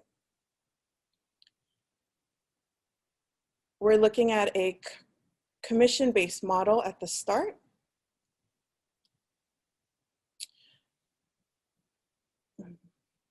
Now onto our team. At the moment, I am the founder. I bring to the company an extensive research background, some experience with coding and app development, and years of customer service. But I'm looking for a co-founder. I want someone who's a financial genius, very adept in running businesses. Now they ask. I'm looking for mentorship so that I can continue to learn, grow, and fundraise. So if you or someone you know would like to get involved in a project like this, as either an advisor or a co-founder, I invite you to get in touch with me. I'm also looking for 100K US to start us off. In sum, TaskMy is dedicated to ensuring the sustainability of our communities by offering income generation through casual employment during these unprecedented times. Thanks all for your pitch, Teresa. That was great, a great presentation. So I see that so TaskMy is still in the idea stage. Yes, we're weeks old, I will say. Oh wow, okay, newborn, amazing. So what kind of customers have you identified for this business in terms of what kind of businesses would you sign up for this platform? Sure. So in terms of users, that's what I'm trying to focus on now, who exactly would be the users. But given that I'm also considering our youth unemployment, we typically don't have very many skills. And so the task that they would be able to service would be something similar. So I've thought about grocery shopping delivery. In COVID, with SOEs, some of the issues that we're facing is business operating hours are limited to 7 p.m. on the weekdays, only 4 hours on a Sunday afternoon. And also, in general, we're experiencing inconsistencies in inventory due to our SID status, and then also, of course, the closure of our borders. So if that is the task that I put to market first, grocery shopping markets, I would look to partner with our grocery stores or our franchises so that we can develop different types of revenue streams as opposed to just commission, but looking into markups with busy peak hours or the number of items they would order or during the holidays or the weekends, stuff like that too, as a starting point. But at the moment, because the functions, the services, especially if the skilled labor, we haven't yet identified, but then we'll figure that as we go. But for youth, that's one idea of a function or a service we can start. Thank you. Hi, Teresa. Thank you. Beautiful presentation. Great slides. You're a very engaging presenter. So thanks for your pitch. And I can't believe that this is only weeks old. It's actually looks very well thought out.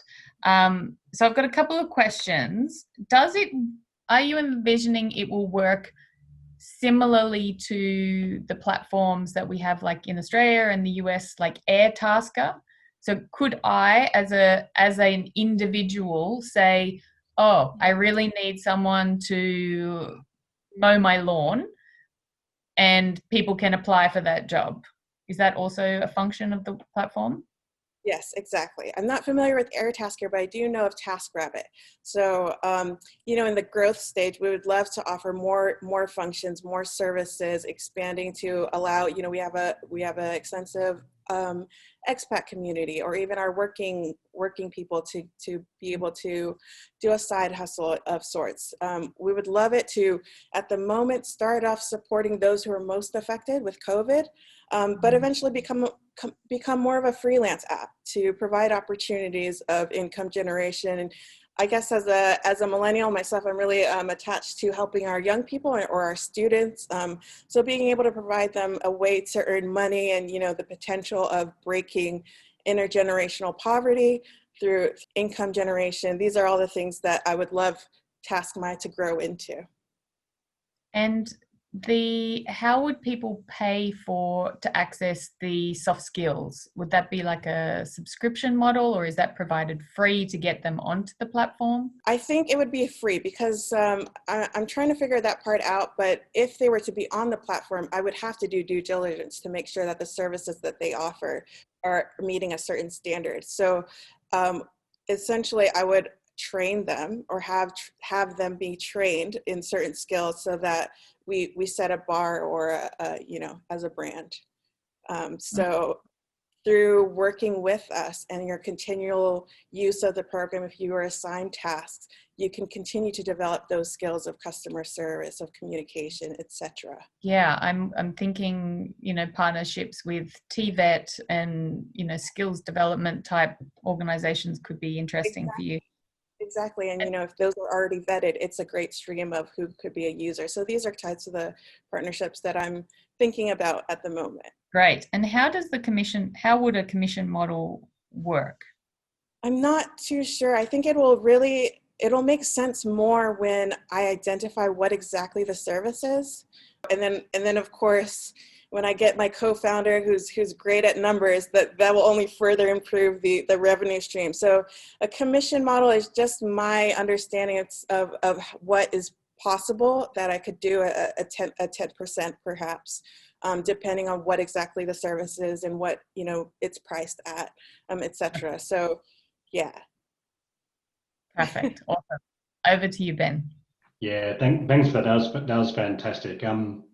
I guess as a developer yourself, you can probably appreciate just how complex it is to take a product like this from ideation through to MVP, but then to actually launch it into a profitable business. How long have you allowed yourself to actually be profitable? Have you thought about that as well, or is it more around the development ecosystem that you're concentrating on right now? Yeah, it's more around the development ecosystem, but I'm also trying to understand our minimum success criteria at the 3-year mark, potentially. Looking at considering our population, targeting our youth, our tourism, and then, just general population. The number that I've written in my learnings is $1 million tala by 3 years. I'm not too sure if I was ready to release that. I'm still figuring out if that's feasible, because it's still early days. I don't know exactly what service I'm offering, or I don't know what price I'm at. So yeah. Yeah, the reality is the only way to find out the price of these things is to keep asking these questions. So keep doing that. The average profitability point for these types of products is around 5 years. So lots of really big questions here for you to consider. But I think broadly speaking, it's a great idea. It's got legs and it can work. It's about the ecosystem and how you do it that you do need to think about. So well done. Thank you. Thank you so much. Thank you for the pitch, Teresa. Thank you. Our time is up. So great presentation again. Thanks a lot. And yeah, you'll be hearing from us very soon.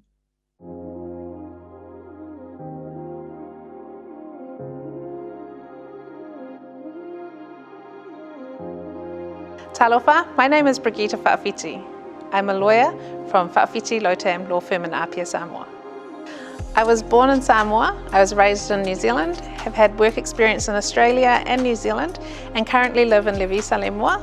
And my villages here are Malai Malu and Falealili, Suana'i, and Levi Samoa. My startup aims to provide a dedicated research database for lawyers and the judicial system here in Samoa.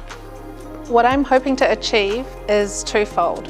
First of all, to explain the relevance and the importance of why a bit legal is needed in our jurisdiction. And secondly, to obtain a good network and interest in a bit legal so that we can continue to be supported and grow. As an entrepreneur, what drives me is my family. My parents, my grandparents made sacrifices for me to be here today. And I want to make a difference in Samoa so that my children can also proudly call themselves Samoan and have a legacy to look up to.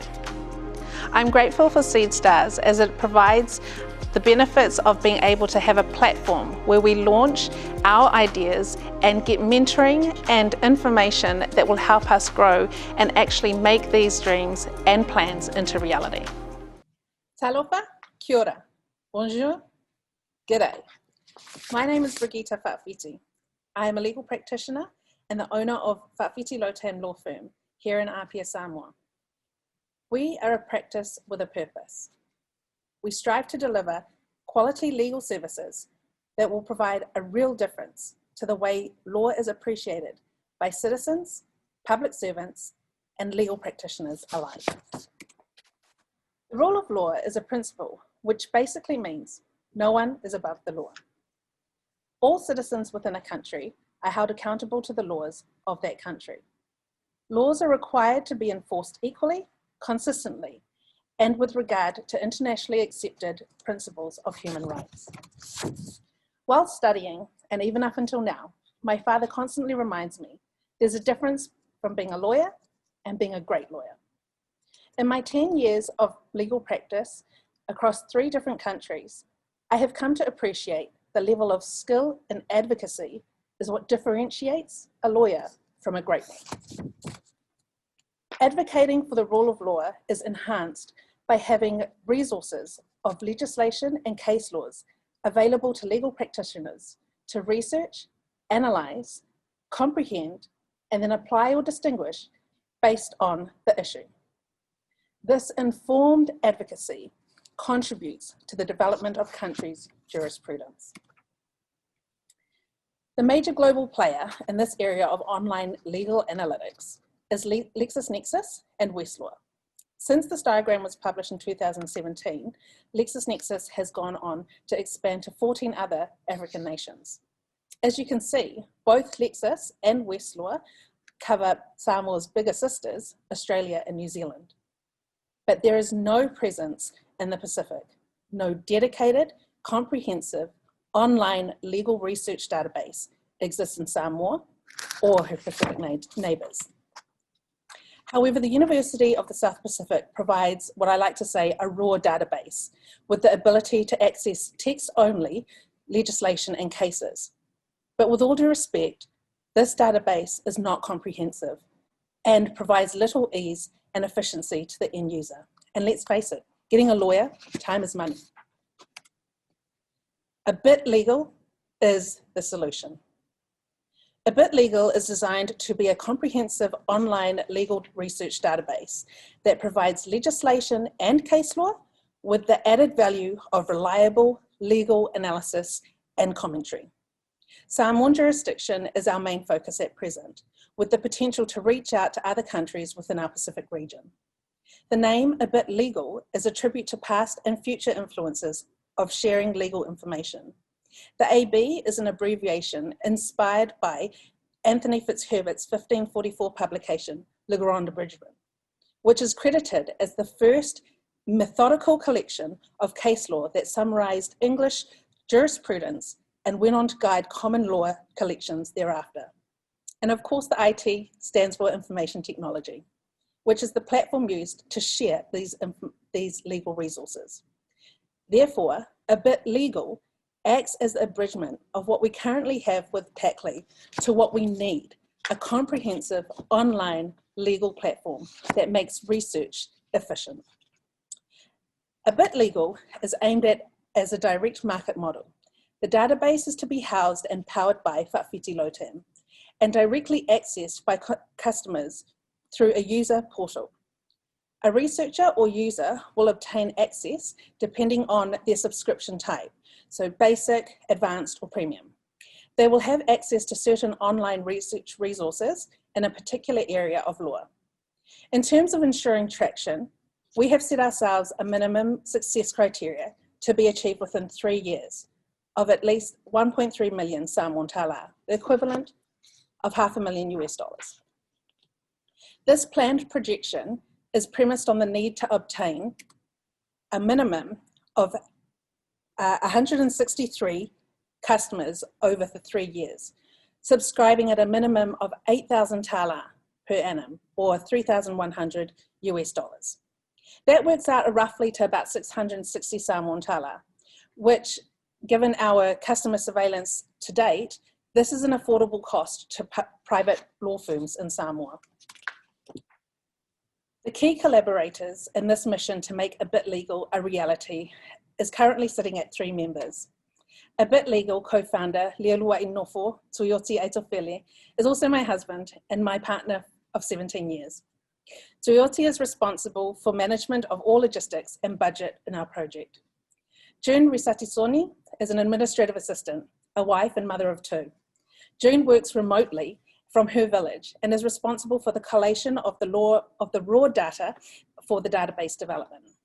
And I myself is the project leader and advocate for A Bit Legal, its systems, its benefits, and take the responsibility to ensure its success.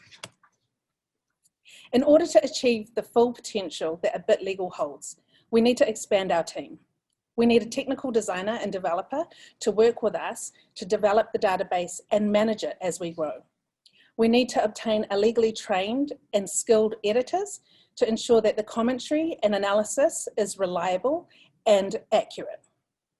And we also need to ensure that this is a sustainable project by surrounding ourselves with like-minded business people to continually network and develop our business idea.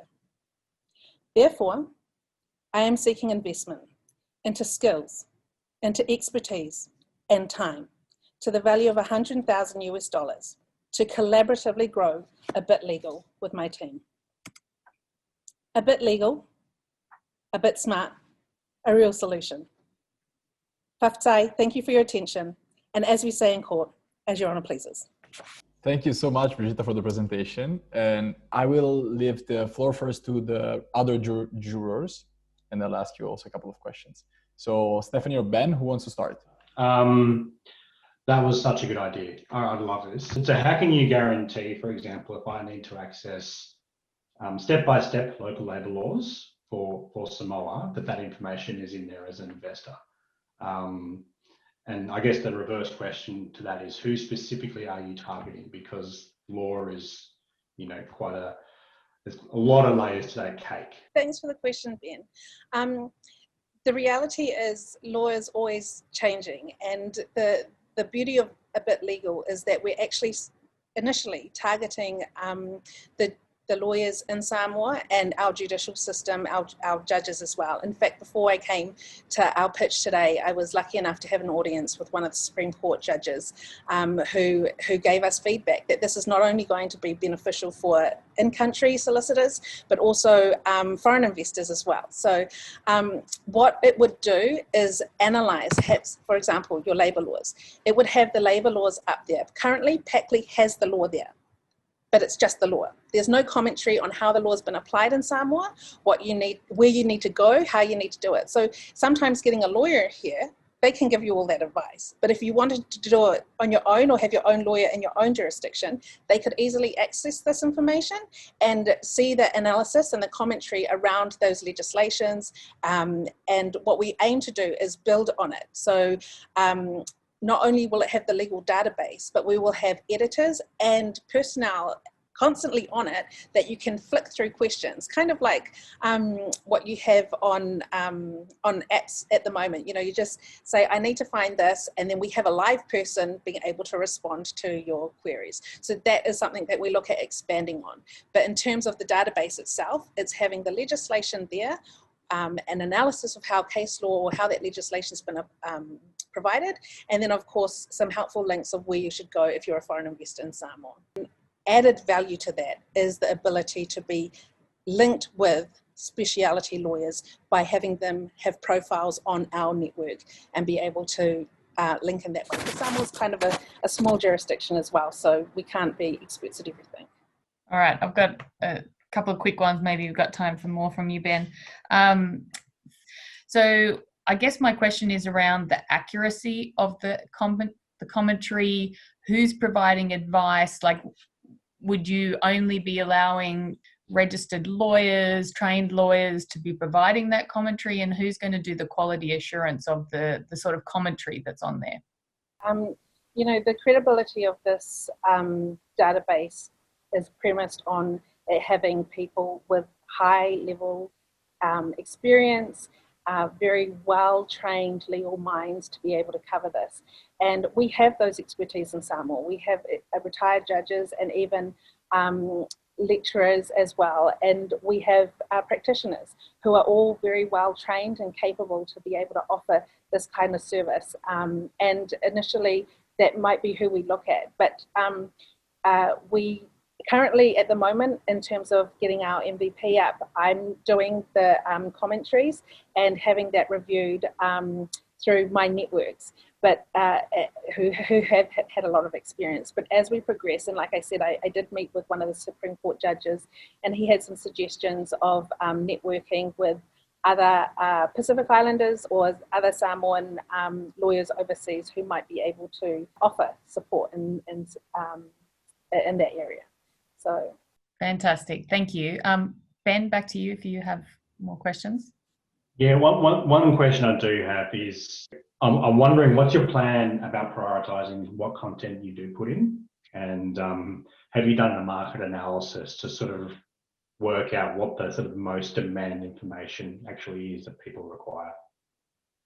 Yeah, the majority of cases going through court are criminal jurisdiction and lands and titles, so our cultural aspects. The interesting thing with the lands and titles is that the decisions are actually not available on any platform.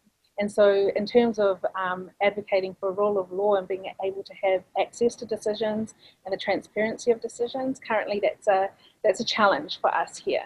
So the areas that we have started to concentrate in terms of developing our database so far have been in terms of sentencing, criminal sentencing, and of the prevalent offences here in Samoa, like rape, theft as a servant, and ABH, GBH, actual bodily harm and grievous bodily harm. So we've started in those particular areas because those are the predominantly the ones that we see the most, and also the ones that we've seen quite a huge development in our jurisprudence over the last few years. And I refer back to my His Honour that I spoke to this morning. He's actually saying, in fact, there hasn't been a comprehensive analysis for something as simple as a sentencing on discharge without conviction. And the law that has been developed so far is currently a little bit messy. So having an analysis of that would then be able to focus lawyers on making sure that we establish what is it for Samoa that we want in that area of law, and then we advocate that to judges in order for them to be informed and make their decisions. Who can access the database? Do you envisage that anyone that could pay the subscription would have access to it? Yes, so Samoa has about 31 ministries, 169 registered legal practitioners. But then we also get the odd overseas practitioner that comes in to practice law here, or we have interested lawyers from overseas, like Ben was mentioning, other people wanting to know our laws. So yes, there would be a subscription-based model to be able to access the database, but there will also be a freemium sort of setup. So the raw, just the basic cases and the basic legislation that's currently available, but not comprehensive. So we want to make sure that we cover all of that. For example, just the other day, I was looking for our traffic amendment laws that were only done in 2015.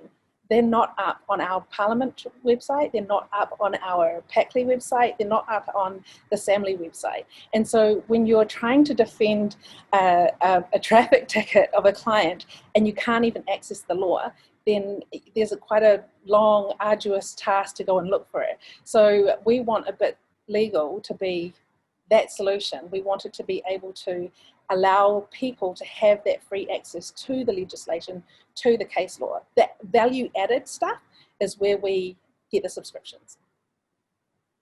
Perfect. That sounds like an excellent idea. Really awesome. Thank you. Thank you so much, Brigitta. So we're out of time, so you're free to go. You're free to go now. Thanks a lot again for the presentation and the great pitch.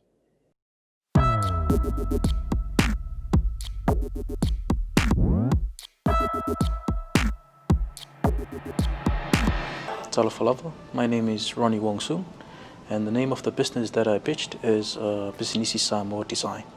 I was born at Bangiangi, and I am currently living in Nutfo. This village is far away from town, and that is why I pitched for this idea.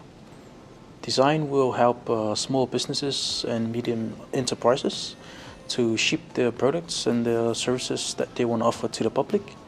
And it's like an app platform that will deliver the products to your doorsteps, and we would like to launch it as soon as possible, as COVID has impacted a lot of businesses. I'm looking at the locals for a first startup, and then I will target the urban areas, and then throughout the rural areas. And in our vision, we would like to help the Pacific as well, as I know that we all have the same problems in terms of no platforms at all for online deliveries. And not only that, we want to help out with the youth nowadays to try and integrate with the new technology. It actually hits me the most when I saw a lot of shops being closed, especially during busy trading hours, and they're not allowed to open because of the restrictions. And this has gave me something that I should try out and maybe help the public with their tradings. So this platform not only allow you to trade, but it's a 24-hour services. So not only you will get your normal revenue, but you will actually earn more from the 24-hour services we offer. First of all, you might be thinking, why am I showing this shop in front of you? Well, that's a shop in our local community, and it's closed. And you might be thinking, what is going on here? And that is why I'm here. Samoa is COVID-free, but our government has provided restrictions so that we will not allow any business to trade within their normal operating hours. So supermarkets are closed at 7 p.m. All businesses are closed on Sundays, and only shops and supermarkets can operate around 3 p.m. And that has caused a lot of problems. Well, and I come up with the solution, and that is called design. This is my actual second implementation. The first one is called Business Samoa, and this one is, I put in the name Business Samoa Design, meaning you have to decide and signal. We launched, Business Samoa was launched in 2019, but the problem is we relied most of the products we have to bring in from overseas. So the problem is people cannot able to provide these products anymore since COVID-19. So now we're on to our second implementation, which is called design. So once you decide on an order, make sure you signal us. So you order and we deliver it. So that is basically design. Right. So the problem is there's no online shopping for SMEs and no delivery services available locally. So the second problem that we have, the shops and supermarket had lost most of their revenue ever since the lockdown. So even the customers are highly affected. They will have to wait until shops are opened. And right, so we came up with the solution of a mobile app, and where customers can buy goods from local SMEs, and we can deliver it to their homes. So both of these designs, we will have it available. And the market size we're looking at, we have a population, a total of 198,000. So that's the total available market that we have. And smartphone owners, we estimated around 100,000. That's from our estimation from the Business Samoa platform. And about 20,000, the serviceable available market, meaning that there are a lot of people using our e-commerce platform before the COVID. And then that's the design of our products. Firstly, you have to register. We have to verify if you are an actual genuine customer. And once you place your order on the platform, and then you can book design, and that's where we can come and deliver. So these are the available platforms that we can use. The local one is provided by Vodafone, and maybe we can use PayPal in the future. And once the product is delivered and payments are all successful, and then we just put a success, and that's where we get our commission from. So these are the revenue generators for us. Once you place your orders, you know how the customers are paying for the orders for the businesses. These are the SMEs. So we get at least 5% of it. But the delivery and everything that we do for deliveries is 100%. But we won't charge that much since Samoa is still in our business is still in a startup. So attraction. We're looking at a monthly revenue of 20,000 tala. As I mentioned, we launched in 2019 for Business Samoa, and we managed to secure 4,000 per month. But in March, we have to make sure, we have to close it down due to border restrictions. But the growth rates, we're looking at 10%. The growth rates for Business Samoa was actually growing, but then more features we're adding in, and for design, we have to make sure that the product is make sure it's updated, able to update its features and functionalities. So not only we're looking at a secure platform, as well as a user-friendly platform. So that is my team. That is myself. I've been working in IT tech for 9 years now. I'm a database expert. I've been developing databases for the government of Samoa up until now. I'm also a website developer. I've been developing a lot of the local websites, and my wife, Hazel, we've been working together in our current business, which is Business Samoa, and we've been doing it for 4 years with other our local businesses as well. And she's a good business advisor. So our ask is not that much, since we've been looking at it as an extension for Business Samoa, and it's we're looking at only 30,000 in funds to fully develop our products, so that we can make sure that everything's function properly. And we also want to hire new staff. And the other thing that we're looking at is marketing campaign. We really want to push this out as a product for SMEs, maybe push the revenues as well during the times of the lockdown. Thank you very much. And that is from Business Samoa Design. Thank you so much, Ronnie, for the presentation. The first question that I have is just a clarification. You said that this is sort of an extension of the other business you have, which is Business Samoa? Yep. Business Samoa is an e-commerce website.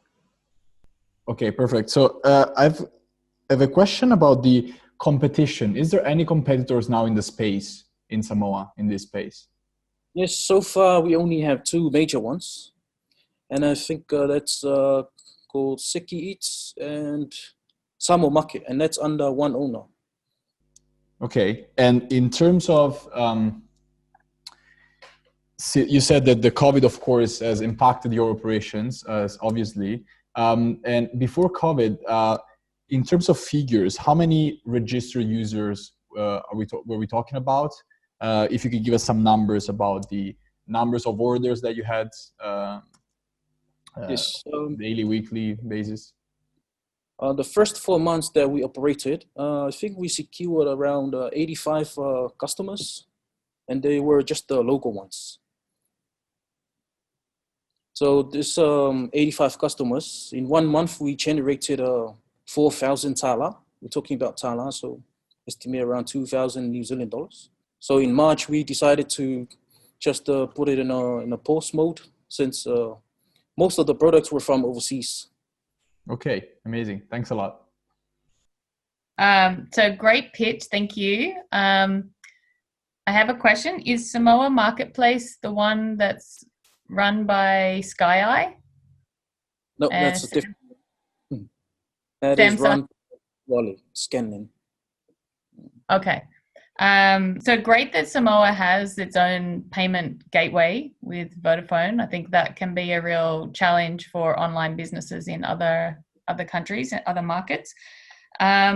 Your value add here is that you are going to be solving the problem for the SMEs and the shopkeepers who already have products, but Yes. it's not convenient for people to get there. Okay, and so that's different to your other market, your e-commerce platform, which was selling products from overseas, shipping them in and then delivering. So, okay, so that's clear. And is that the same business model that your competitors are doing? No, my competitors, I think they're mostly focused on the, the wholesales. And Okay. the other one is doing food. Oh, like So- a Uber Eats sort of. But there's no platform for the small shops. So I want to have the small shops and the medium businesses to deliver their products. All right, awesome. So that's good. Now it's much clearer now that you are filling a gap with potentially not really many competitors, if you can get a lot of the small shops and medium shops to sign up. So I'm thinking about your delivery costs and your delivery staff. Will you be localizing those in that, if someone's ordering from very close, you have a fleet of young people on bicycles, or, to keep your costs down? I'm wondering how you're going to manage the costs of delivery. Yes, for delivery, I'm planning to use up my cars. I already have 3 cars at the moment. So I'm planning to use it for the time being, just to start off with the product. Yeah, thanks for that. That great presentation. Really appreciate that. I just wanted to confirm the mobile app. What state is that in now? Is that completely developed and that just needs new features, or is it a blank slate? We actually haven't worked on the app at the moment, but we're planning to, once we, if we can get funding, we can start implementing it. So that's not just you that will be developing the app. Will you outsource that, and you will support it, or is that something that you would be confident doing yourself? Yeah, I think I'm confident on doing it. I've been taking a lot of extra courses for apps developments, even websites as well. And have you thought about design as well and how you manage that process? So technology. Well, at the moment, I haven't thought about the design, but the only thing that I'm looking at is the payment gateway first, since that will be a challenging one. So those are the things I have to look at first before I actually do the designs and everything.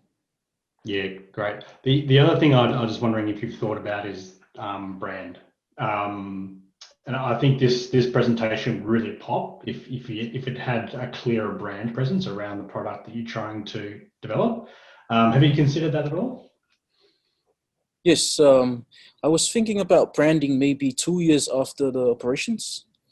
Okay. Because the thing is, people here, they prefer, people recognize businesses through word of mouth. Yep. Yes. So I'm just thinking of branding it properly after 2 years of operations. Because Business Samoa, once we started it, we struggled at first, but then when once people spread the word, then we managed to catch up with the revenues and within 1 month.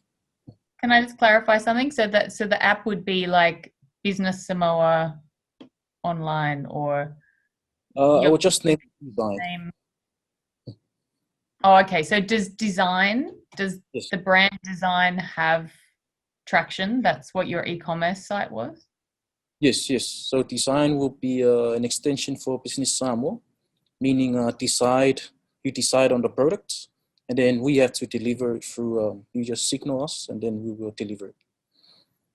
Okay. I mean, I don't want to be critical, but it's confusing to me. The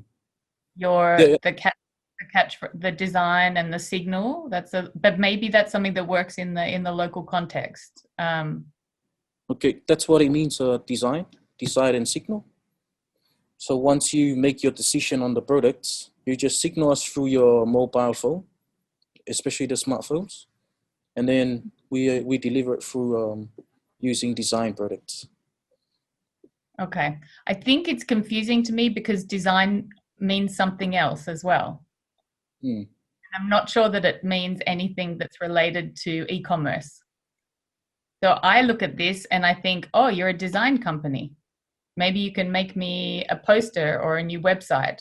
So maybe just something to consider and test with some of your customers, like show them, would you know what I'm doing for you if you see this, maybe? Okay, yeah, sure. Thank you. Over to you, Giovanni. I don't have further questions for you, Ronnie. So thanks a lot for the presentation. Thank you. Thank you. Really great. Thanks, mate. Take care. Amazing pitches. Congratulations to all the 8 entrepreneurs showcasing their innovative ideas to the jury. Now let's hear what the judges thought about the pitching startups. All right, so we can go just quickly one by one. Again, one or two bullet points on why you like them on the what perspective. Anyone that wants to start with Strong? I do think there's a lot of demand for this model, and I think there's a lot of need for it from a development and health perspective as well. So I think that's a really positive thing. Great. I would encourage them just to be a bit, make it a bit simpler, and make sure they align with partner systems a bit more. Perfect. So I thought that the Strong program had really a lot of potential for helping women through pregnancy. I thought they had some great evidence of the efficacy of the group training and the accessing online materials. And I think they have the potential to really supplement and improve government, publicly available services. Perfect. So, Book the Islands. I think they have. It's a nice team. They do have like a nice product, and I think it's super. It's really needed. So I like the approach also they're taking, like bottom up, going with SMEs. I think it's super nice and probably effective. I actually really liked the solution and the pitch. I think they have good potential, and they're quite advanced in the. I mean, the technology is up and running. The website is up and running, which is great. So let's see how it goes after the COVID situation eases down a bit. Yeah, it's an essential service, right, for tourists, and so given the option, I think any tourist or traveller or even business would prefer to go through a trusted, ethical site that gives back through a larger organisation that might not do that. So I think it was just really sort of and I've had a look at their website before this, and it's all there. So I think it's also a mature, improving business too, which I like. Yeah, so I thought Booking Samoa was fantastic pitch. Like, they obviously have such deep expertise of the context, and I love the development impact potential by linking in these smaller family operated businesses and connecting them with a global traveling audience. I thought the Booking Samoa site was provided an additional value add in that the breadth of the experiences that you can book through there. It's not just accommodation, but it's tourism experiences, it might be cultural experiences, and perhaps it can also expand into buying, products from local artisans, after you've had your adventure. So I thought it was a really well thought out and solid business. So about 8 goals and Esmeralda. I think she's a great communicator. Really like the pitch. The presentation's really well thought out. And also, I think it's a very needed solution for young people and wannabe entrepreneurs in the islands. I also appreciate the fact that she has a lot of she's a good network and good mentors, potential mentors around the world. That's definitely a strength. I completely agree with you. And for me, it's really great to see it, this being Pacific led. I think that was oftentimes these hubs are, people from Australia or overseas trying to support the Pacific. But this is really fantastic to see a Pacific Island entrepreneur standing up and taking Pacific expertise to the world. And that's really interesting, because I think the Pacific has a lot to offer the world, what we can learn from the Pacific, and I think that's the opportunity there. Yeah, I thought Esmeralda and 8 Goals were incredibly inspiring, fantastic pitch. I think the thing that stood out for me is that Pacific context, locally owned, locally driven, understanding your environment, and I think the focus on youth and youth unemployment and providing skills and leadership to become entrepreneurs if they want to. I think those skills are also very useful in anything that you want to do, not just in starting a business. So I thought it was great. Thank you so much. And speaking of the local focus, I think that so going to Fatu Toa Nutrition, I think that's also one of their strengths, is really the focus on the local markets, the personalization to they have a really specific persona. So I really like that. I think that's a good strength. Listen, they're an established business, and the model is already working. So they're building upon what already works, which I think is really exciting. We know that nutrition is a massive problem in the Pacific. So talking about Pacific and Indigenous recipes, I think is really, really nice, and within context, relevant for all Polynesia and within the and I guess the whole Pacific diaspora as well. So there's huge opportunity there. I think it's really exciting. Yeah, I loved Brendan and Fatatoa Nutrition. I thought it was so unique to have a nutrition program that's specifically targeted to what people are going to go out and be able to find in their own supermarket or in their own local market. I assume the recipes are easy to make and accessible, so I thought it was really great. And to have that personal coaching from someone who, you know, probably knows people who are suffering from NCDs and understands the situation of the person going through a very difficult health and fitness challenge, because it's not easy. So I think that support and that supportive network is great. And also having an MD, like a doctor, as one of the coaches provides something quite unique, I think, being able to give a little more specialised medical advice, particularly if people have diabetes or high blood pressure or any of these pre-existing conditions. Definitely a strength. So Guiltless Meat, Toa. So definitely that it's a huge market. There's a huge potential in the market. It's a huge opportunity. I think that she's also really passionate about it, which is great. I could really see the passion, and again, it's a market that it's growing very fast.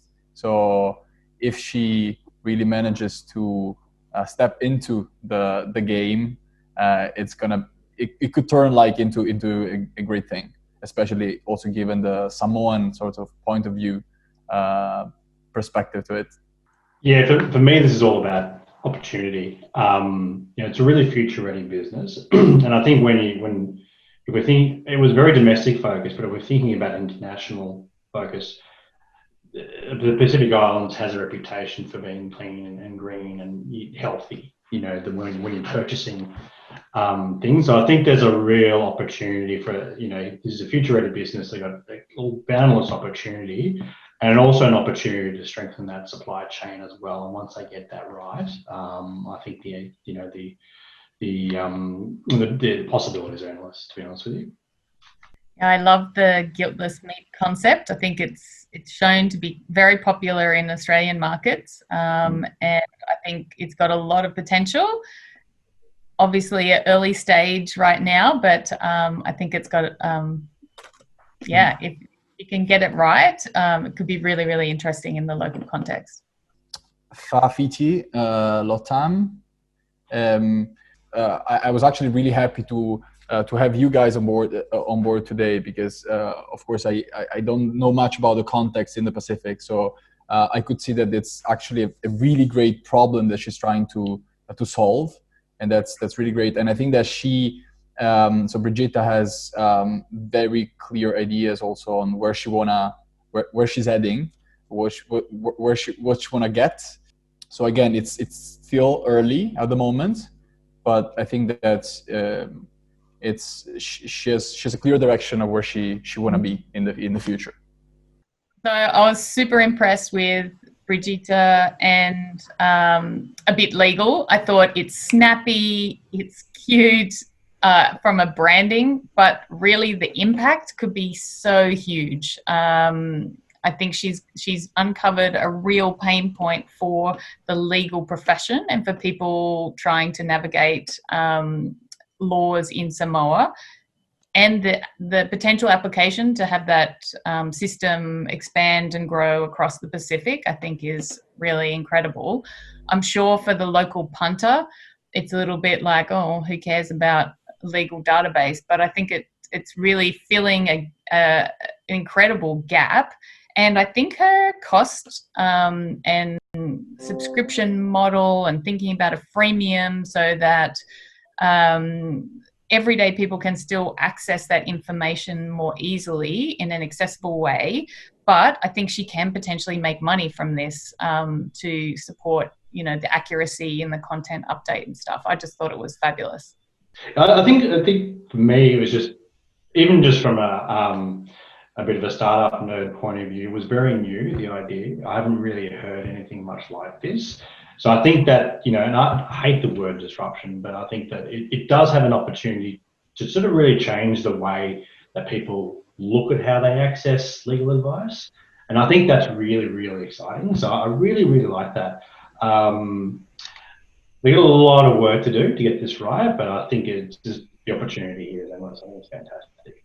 So I thought Teresa and her idea, Task My, is really great. I think, obviously it's at quite an early stage yet, but there is definitely a huge opportunity with people who are unemployed, skilled and unskilled, to access casual and opportunistic work opportunities. It's got a long way to go, but I think the general idea could have get some real traction.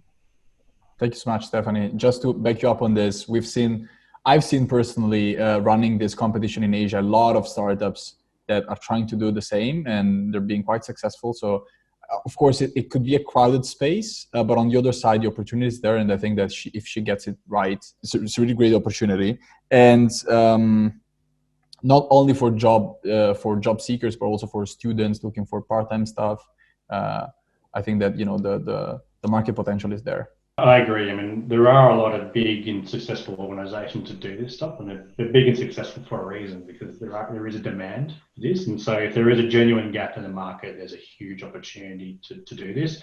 Really tapping into that informal market and so that gig market is really important, particularly, with the Pacific so impacted by COVID. There is a real big opportunity about how we can, think about how you can stimulate sort of employment market and economic growth around this too. So it's a really, if they can get it right, it's a really, really fantastic opportunity. Okay, the design. I'll sort of word this in the context of opportunities, because I think that we know once again that these apps work. Sound like they're sort of a limited amount of competitors. It's a small market, but done right, this can work. The opportunity here is to sort of really make sure you get that brand, that name, and get that sort of, sales structure right as well. And if they can get that right, the opportunities once again are endless. I really liked the idea that Ronnie and his wife Hazel have pitched, because the closing of small stores, they have stock that's not getting to the people if it's inconvenient to get there, and he already has a fleet of cars to build on. So I think the opportunity is definitely there if he builds the app right, and like Ben said, makes it simple and easy to use, and the cost is not prohibitive. There's definitely an opportunity if he can get some sort of like name recognition for the service. Absolutely. I do believe that they're getting closer to find their product market fit. They've been up and running with some traction, so that's really shows that things are working and could work. So excited to see what's ahead for them. Now, while the jury keeps discussing and gets to a final decision, we want to provide an overview about the entrepreneurship and innovation landscape in Samoa. We are going to hear the perspective of local experts that will share their knowledge in a panel discussion that will be moderated by Kong Sit, Market Engagement Manager at the GSMA Ecosystem Accelerator. Thanks everyone again for making time. Since the last year that we've met in Samoa, what has changed so far? We have gone through two crises, one measles epidemic, and now we're going through COVID-19. I see Samoa has strong-willed people, and how have that affected you guys? Definitely, people here and businesses here have changed the structure of how they deliver products. A lot of businesses here, which here in Samoa, just to provide some context, we don't move as fast as the rest of the world in terms of technology. So the online space was very much vacant. We probably only had one or two businesses who were doing it. But social media, selling on Facebook, was one of the biggest areas that people were trying to go into. So when COVID hit, you started to see a lot of people doing more advertising, online advertising, doing a lot of trying to push their products online, whether it be through social media, whether it be through different market groups. but people were starting to, tread the waters of e-commerce, right? And go into that. In terms of the landscape itself, I think COVID really did a number on everybody here. Some people are just trying to stay afloat at this time, keep their head above water, and other businesses are thriving during these times. So it's affected different businesses differently, but those who have been in the market for a long time, I know they're really trying to change and adapt to this new norm, which is ongoing right now. Yeah, so it's like everywhere across the world. It's been extremely challenging, and I also fully support what Lupe said. You don't need a brain surgeon to understand that the tourism sector has been affected the most. And as Lupe mentioned, the one area that's taken off is the digital space. I mean, we have a couple of our members who actively engage in that area, and they're telling me, beforehand they were just okay. Their businesses were just going along fine, but ever since COVID, it's just straight line increase. It's been amazing for them to grow as businesses. So it's the biggest challenges we've had for business, from all our business owners, is the fact that they've had to adapt, and it's adapt across the board, having new business models, strategically realigning their businesses now to not only just make a profit, but just to survive. It's a very challenging space, and but the digital growth is something that's unprecedented. It's hard to put in words how to explain what's happening at the moment, but it's definitely challenging times. But it's also exciting times in terms of digital growth in our country. We're constantly having to adapt to these different. It's interesting times. It's hard to forecast. It's hard to look ahead, but everyone's on their toes trying to find ways to survive. Thank you. Here in Samoa, we don't have COVID. We haven't had a confirmed case. Yet the SOE regulations which are put in place is probably higher than it's just like we have COVID here. And it's been really difficult for businesses to really try and maneuver and operate during these times. You as a business, like private sector, had to fight very hard. And I thank you, Chamber, because they had to put in a lot of work to convince the government to try and ease off some of the regulations. So like Bati said, it has been very challenging times for the businesses here. If I can just chip in, MCEL, that's the Ministry of Commerce, Industry and Labour, did a survey a couple of months back. I think it was in May 2020. And they found out that 19% of the businesses had actually shut down because of COVID. And I think about 66% of the businesses had to reduce their working hours and reduce just to really cut costs. And also about 70% of the respondents had no idea whether they would be in business in 2 months' time or 3. And there was a general drop of revenue recorded. About 91% of the respondents say they had dropped in revenue. So those numbers are quite telling about the impact of the state of emergency on Samoa. Like Lupe said, there is no COVID in Samoa at the moment. However, the economic impact on small businesses has been immense. However, on the other side of the coin, as UNCDF, we've always tried to push digital payments and digital innovations.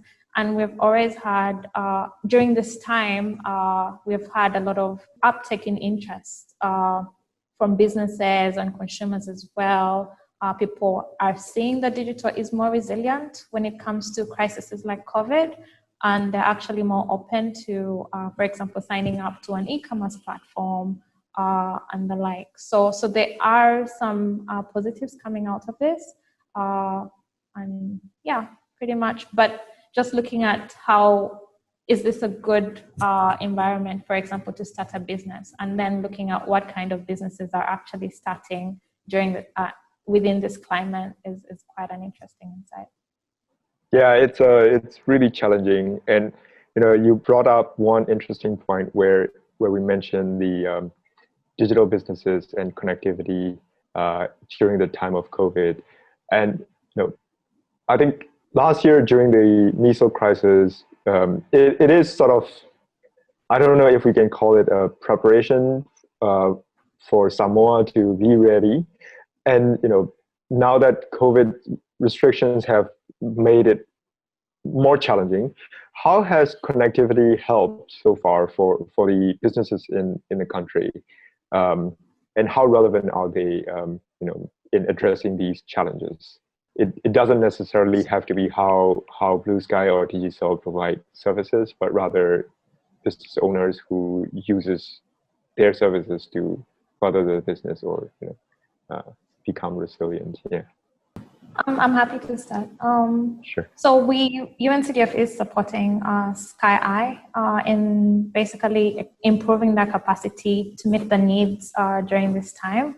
As the country shut down, more and more people to remain, to leave their businesses open, signed up for Ma Up. And you're saying that we're now supporting Sky Eye in just increasing their capacity, bring in new vendors, reaching more customers, and there is more keenness when it comes to signing up. Conversations with vendors are the vendors actually coming to Sky Eye to sign up. So there is an improvement when it comes to doing business online, for example. An improvement in e-commerce generally around Samoa. Yeah, I'll just jump on board as well. Look, it's a really interesting developing space.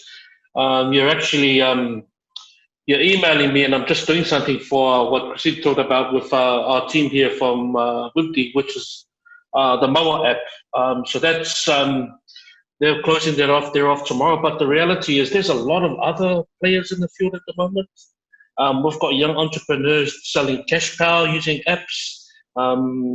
Re-strategizing their small businesses.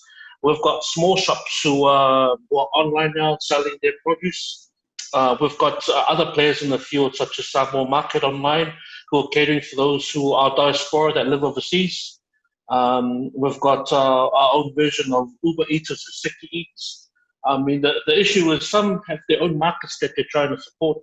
Moa app is very strong with the community, smaller community-based projects. But we've got others also operating in their own districts. Others who are catering to a specific youth clientele. So it's a changing dynamic, but there's a lot of them. Every day we're getting young entrepreneurs coming in and say, "Look, I've got this unique idea that I'm supporting. I'm supplying." What we're trying to do is trying to bring them in so they can collectively work together with each other. So it's a growing space. I can only see this growing even more, but there's so many of them out there. It's just that we're just trying to bring them out of the woodworks so they can work together. Yeah, I agree with Bati. The space, I think this season of COVID, this so-called famine that we're in right now, if there's not a better word, it's really opened the minds of young people here to think beyond the norm of what they used to think of ways that they can use their mobile devices to make money, to think of other avenues of how they can sell what they're currently doing, whether it be taro, whether it be baking or things like that. But with this, what happened, it's allowed them to not be afraid of venturing into the digital space. And today I was a panelist here for the Youth Innovation workshop today. And like Bati said, there's a lot of them who have ideas, who have started, are looking to do a startup in the digital space.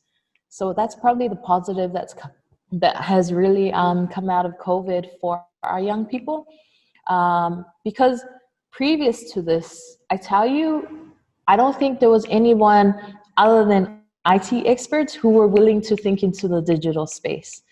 Like, it was always zoned like that. If you didn't have the IT expertise, if you don't know anything about IT, then only those guys can do that. Like, if you have no clue, you have no right venturing into it. And if you want to, you need to ask. So like that kind of mentality. But with this COVID, it's really allowed people to think outside of their boundaries, right? Outside of the limitations of those sort of segmentation. and made them be more creative to adapt to this new crisis. Yeah, that's interesting.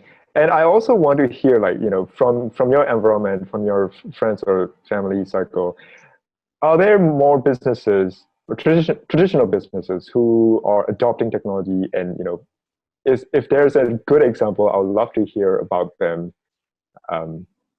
who adopted technology to just change the way they work. There is Women in Business. So Women in Business is an NGO that basically works with smallholder farmers, very small, like micro businesses. They sell foodstuffs and everything. And before they used to hold market days. So they would have a day and they would hold a market day and people would come and buy. But with the SOE, they couldn't have those market days anymore. So they then partnered with the Sky IMA app, and they're then able to still have those market days online. So it's interesting to see that these smallholder farmers are actually doing e-commerce. They're actually selling their goods online. And yeah, I think that's an interesting use case.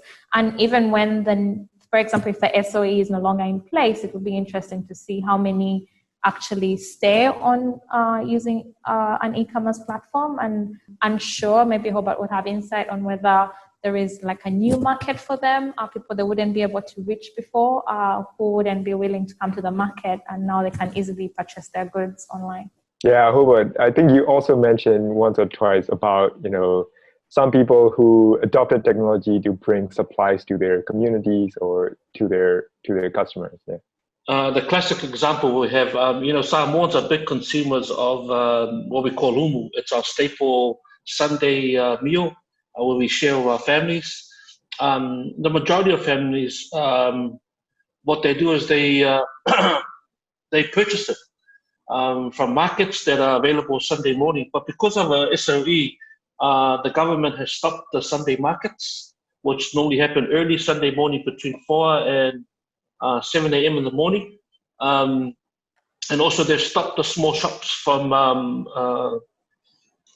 selling umu, basically in an attempt to make sure everybody goes to church.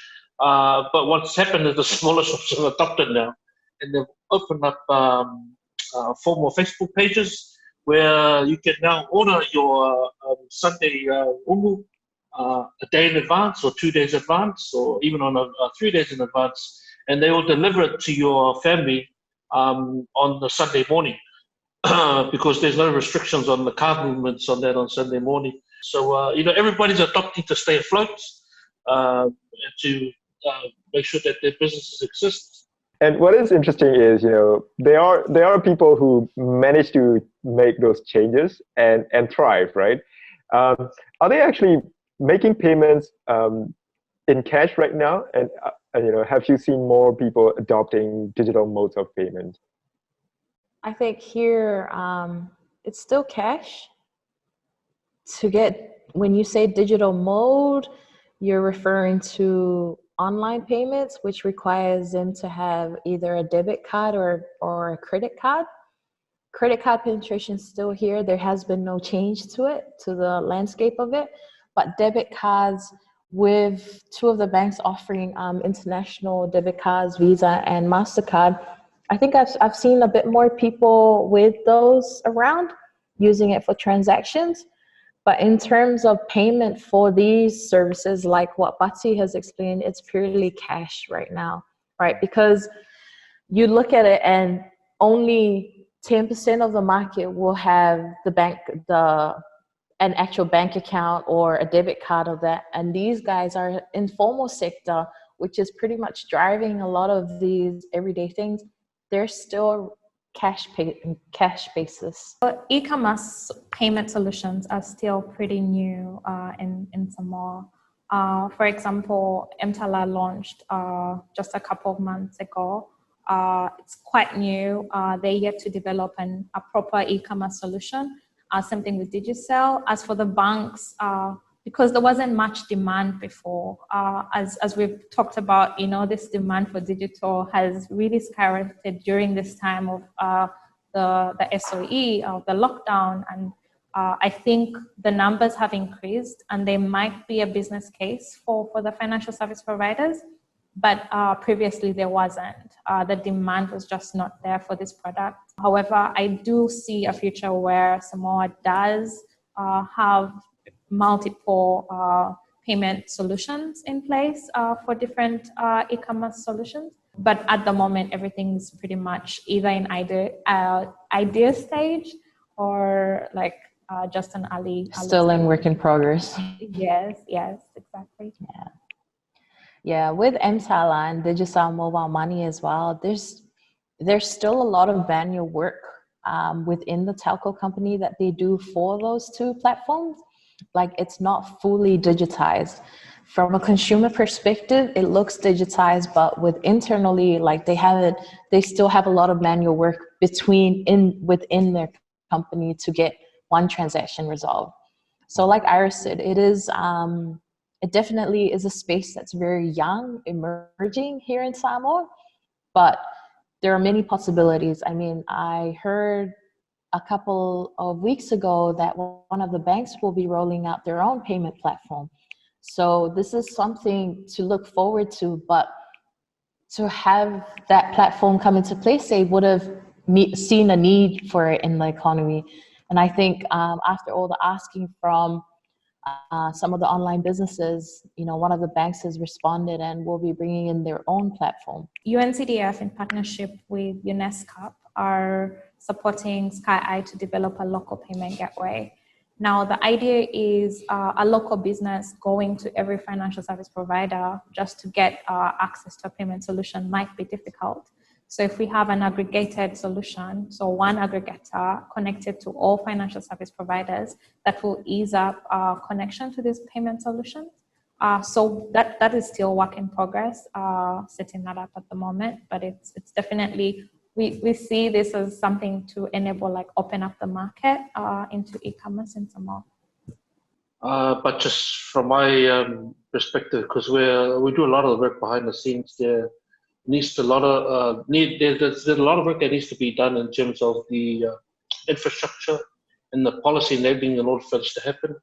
I mean, at the moment, the Chamber is working hard with government for the reduction of levies on access devices, which we have some of the most levied products in the world, which is why a lot of people including government, purchase their access devices from overseas.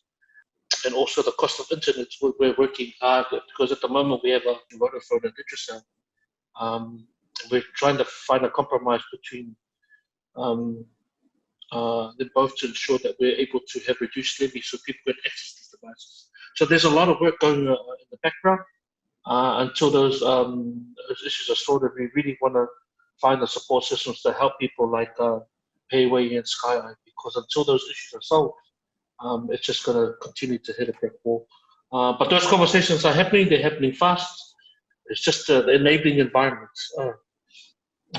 Because the reality is a lot of these organizations that are doing a lot of this work, they're aligned to either one internet provider, and which is competing against another internet provider. But we need to have a system that's inclusive of everybody. So there's ongoing challenges, but I'm confident. I'm confident the near future will get this all sorted out. But it's the norm in most countries that are developing their internet products and so forth. We just need to get everybody on the same page in order to make this happen. Thanks for all the inputs. It's interesting. And I mean, if we look at right now, the picture may be quite bleak, but a lot of the countries have started reopening up some of the economy. Many countries started talking about travel, more relaxed travel restrictions. What do you think? I think it's bound to happen sooner or later, right? So what do you think this post-COVID world will be like? How will that affect the entrepreneurs in Samoa, right? What should they be preparing for that period? Especially the tourism industry here and food and hospitality, whereby tourists and expats was probably the backbone of their business. They've really had to adapt and try and cater to the local markets. Some resorts have adapted faster, and they're making the benefit of it right now.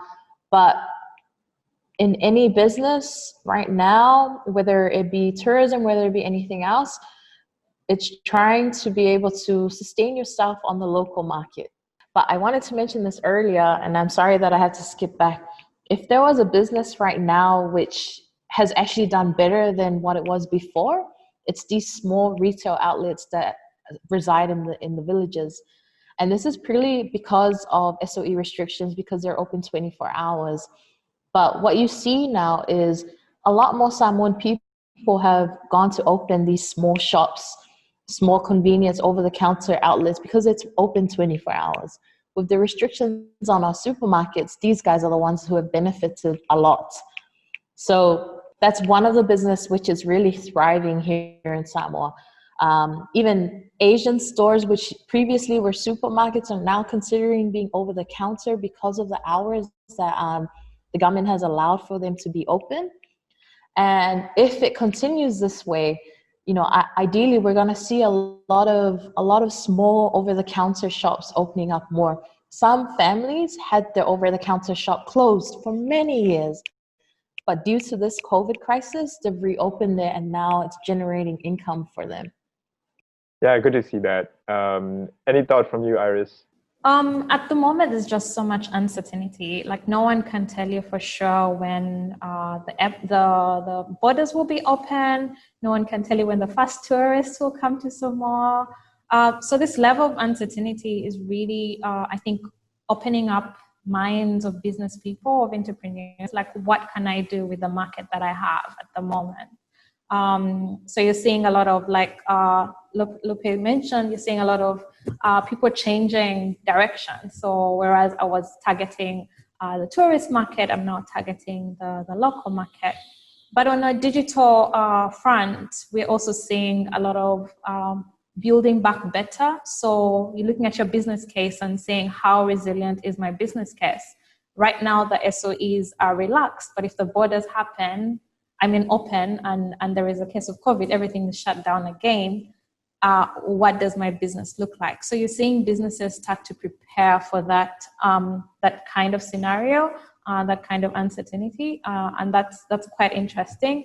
That where businesses are now relying on digital channels and digital models just to remain resilient. Well, I'm saying the same thing to all our business owners, is to be prepared for the long haul. We have to be very cautious of what's happening. Our government has taken the approach that they will not open up our border until there's a vaccine.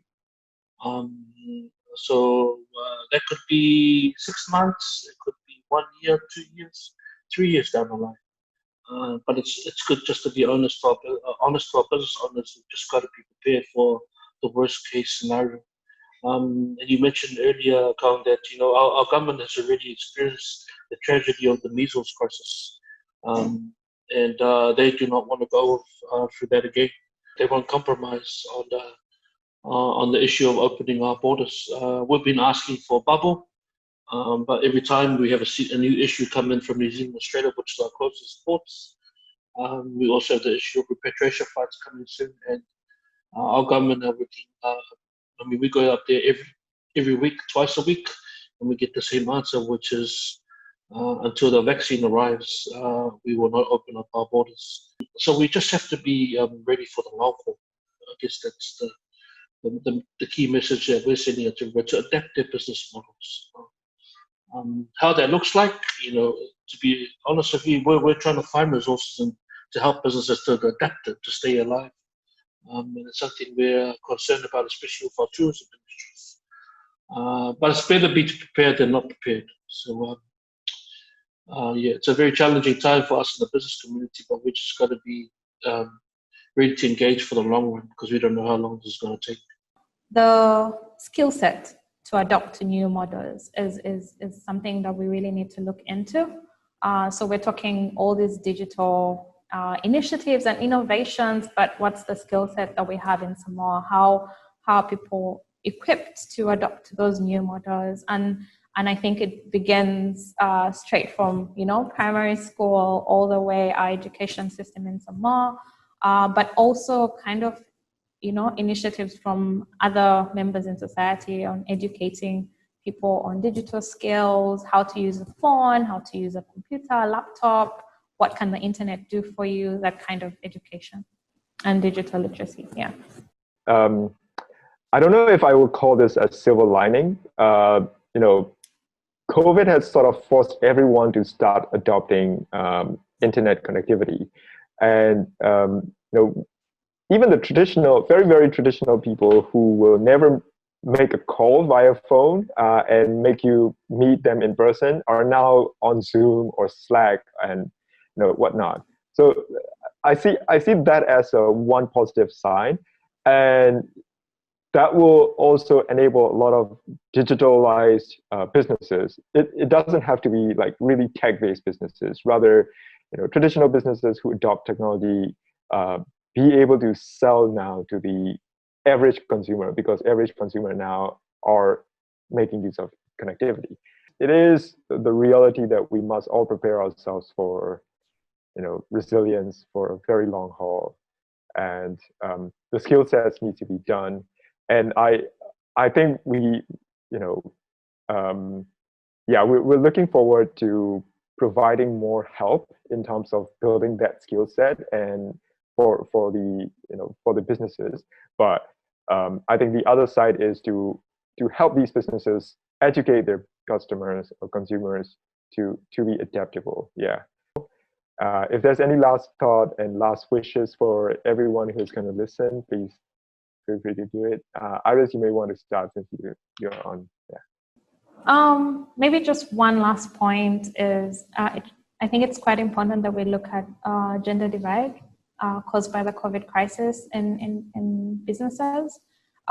In Samoa specifically, with such a crisis, the women tend to be left behind because the social and family obligations fall on them. So the children are not going to school, close my business, stay at home. So I feel like that's something that we should really look into and see how does everybody adopt to these new times, in a more gender equality kind of way. But just to say that I feel like Samoa is quite resilient. We have been lucky that the government was quite in action and there's no COVID in Samoa. So whereas there are restrictions, they're not as bad as countries where there is COVID. Businesses are still opening. Entrepreneurs have options to change. So if you're dealing with tourism, you kind of look at your local market and say, how can I make this work? So I feel like we can go through this time and some businesses will survive. And also I feel like paying attention to that, like looking at the business case for digital and how these numbers have actually increased and people are using digital, which will then encourage other entrepreneurs to develop solutions for this market, for this new emerging market in Samoa. Yeah, like Iris said, people have adapted quite fast here in Samoa.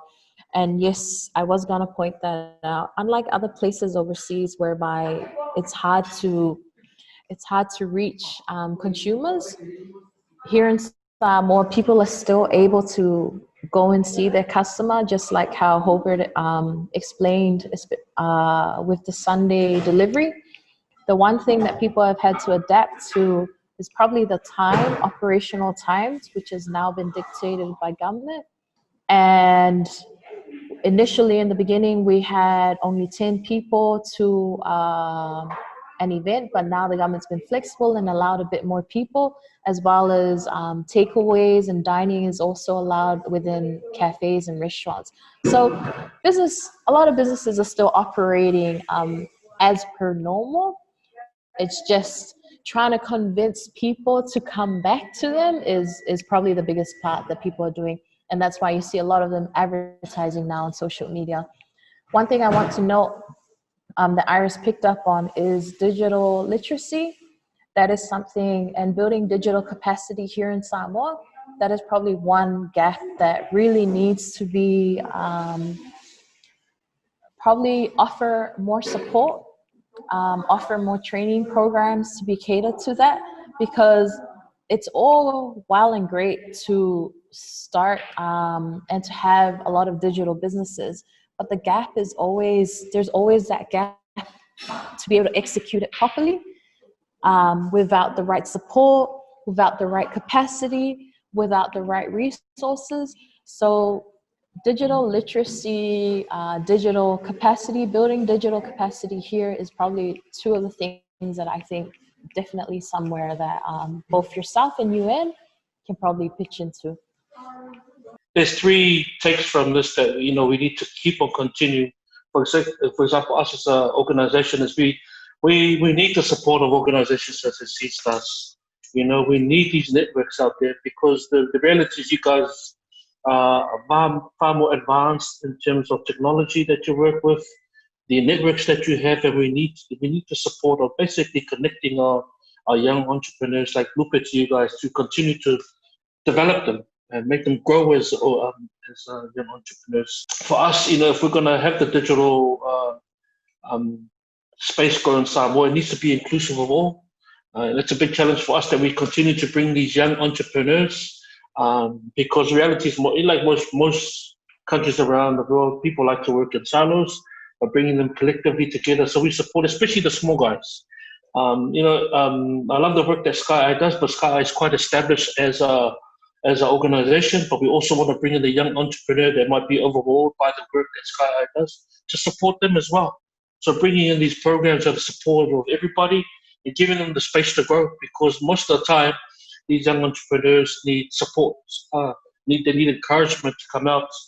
And the last thing that's important to us is we need to keep on the pulse and understand what's happening in the business community.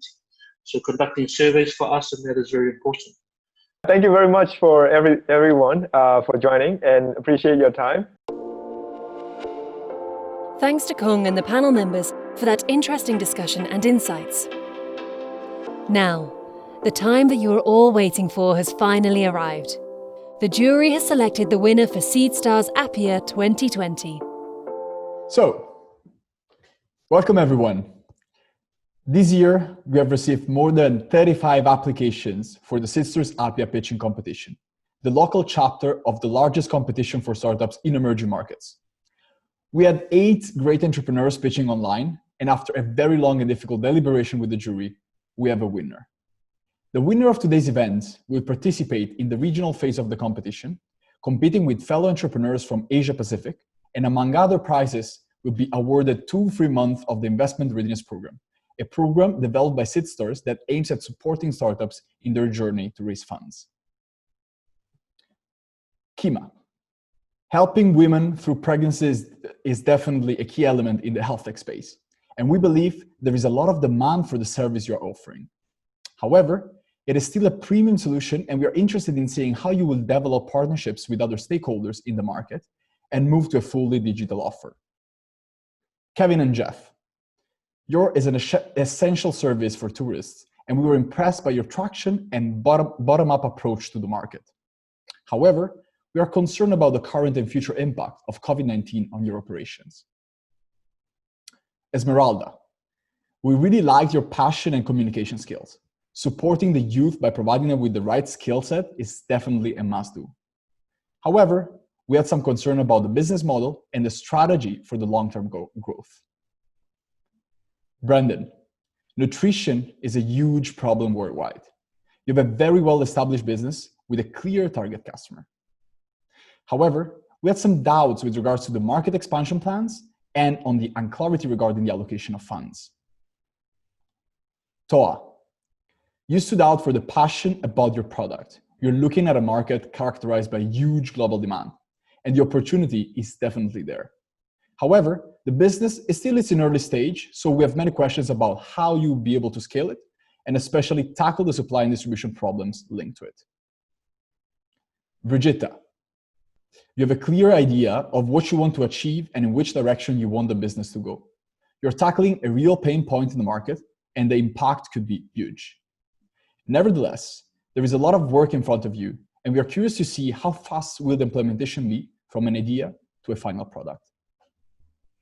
Teresa, you had a great idea, as there is a huge gap in the market at the moment. Tackling the problem of unemployed people, especially under these circumstances, is absolutely crucial. However, it is a crowded space out there, and in order to succeed, you will need to figure out a solid execution plan. Finally, Ronnie. You're running a functioning business with existing traction. We believe it is a very good opportunity if the sales strategy and the app are made right. However, as it is integrated with another project, we found the pitch a bit confusing, and we are concerned about the ongoing and future impact of COVID-19. So, before I announce the winner, I would like to thank all the people and partners that have made this possible, especially during these challenging times. Thanks to Stephanie and Ben for helping us judge the 8 founders competing, and a special thanks goes to the Australian government and the GSMA for supporting Seedstars and for allowing us to digitally bring the competition to the Pacific Islands. It is finally the time. The 2020 Seedstars Apia winner is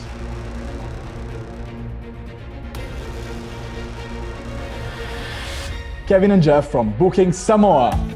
Congratulations, guys.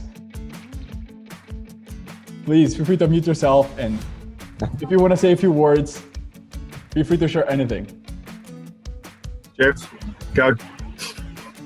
Yeah, that's fantastic. Thanks, Giovanni. Thanks, everybody. It was just so good to meet everybody and in the competition, but it really already helped us focus. And we've already had ideas. We've already done a lot of the work, but to put everything together to pitch it has been incredibly helpful already, even at this stage. So thanks again. Kev, I'm sure you have something to say, mate. For the first time, I'm speechless. Thank you, Seedstars. Thank you, Apia participants. I think we've met an incredible group of people who've got some great ideas. We've been talking offline, and I think we'll find ourselves supporting each other moving forward, and sort of hopefully continuing this journey together. Thank you, everyone. I look forward to the next challenge. Thank you so much, Jeff and Kevin, and really congratulations. Of course, we want to congratulate all the other participants for the amazing job they're doing and for fostering the growth of Samoa's entrepreneurship landscape. It was really inspiring for me, and I guess for everyone else watching this, to hear about your projects and innovative ideas. And we really wish you all the best in your entrepreneurial journey. And I really hope that also you can find a way to collaborate all together and strengthen this entrepreneurial community. So thank you all. Of course, stay safe always. And please, if anyone wants to share anything, please just unmute yourself, and we're happy to hear your thoughts. Congratulations, Steph and Kevin. Well done, everyone. Proud of you all. Let's keep this together. Thanks, John, for the opportunity, and congratulations. Once again, congratulations to Kevin and Jeff. All the very best, and all the very best to all the other participants. Thank you very much, Giovanni. Thank you so much. Well, I don't know if that kind of overlapped there, but you yeah. Can restart. Mine. No, congratulations, Jeff and Kevin. All the very, very best, and represent Samoa with pride on that last stage. We take our hats off to you. Congratulations to everyone involved, and it's been an awesome journey. Thank you so much, John, for the opportunity. Malo lava. Again, thanks a lot. And in case anyone else wants to share, otherwise we can wrap it up. And I guess I'll see you very soon. Not physically, unfortunately, but online. Okay. So, after a tense competition, it's Booking Samoa who will be advancing to the regional stage of the competition and face other winning startups from Asia Pacific. Congratulations to them, and thanks once again to all of the startups that took part. Thank you to all those who attended today's online event. We hope you enjoyed it, and we appreciate you coming and supporting these amazing startups.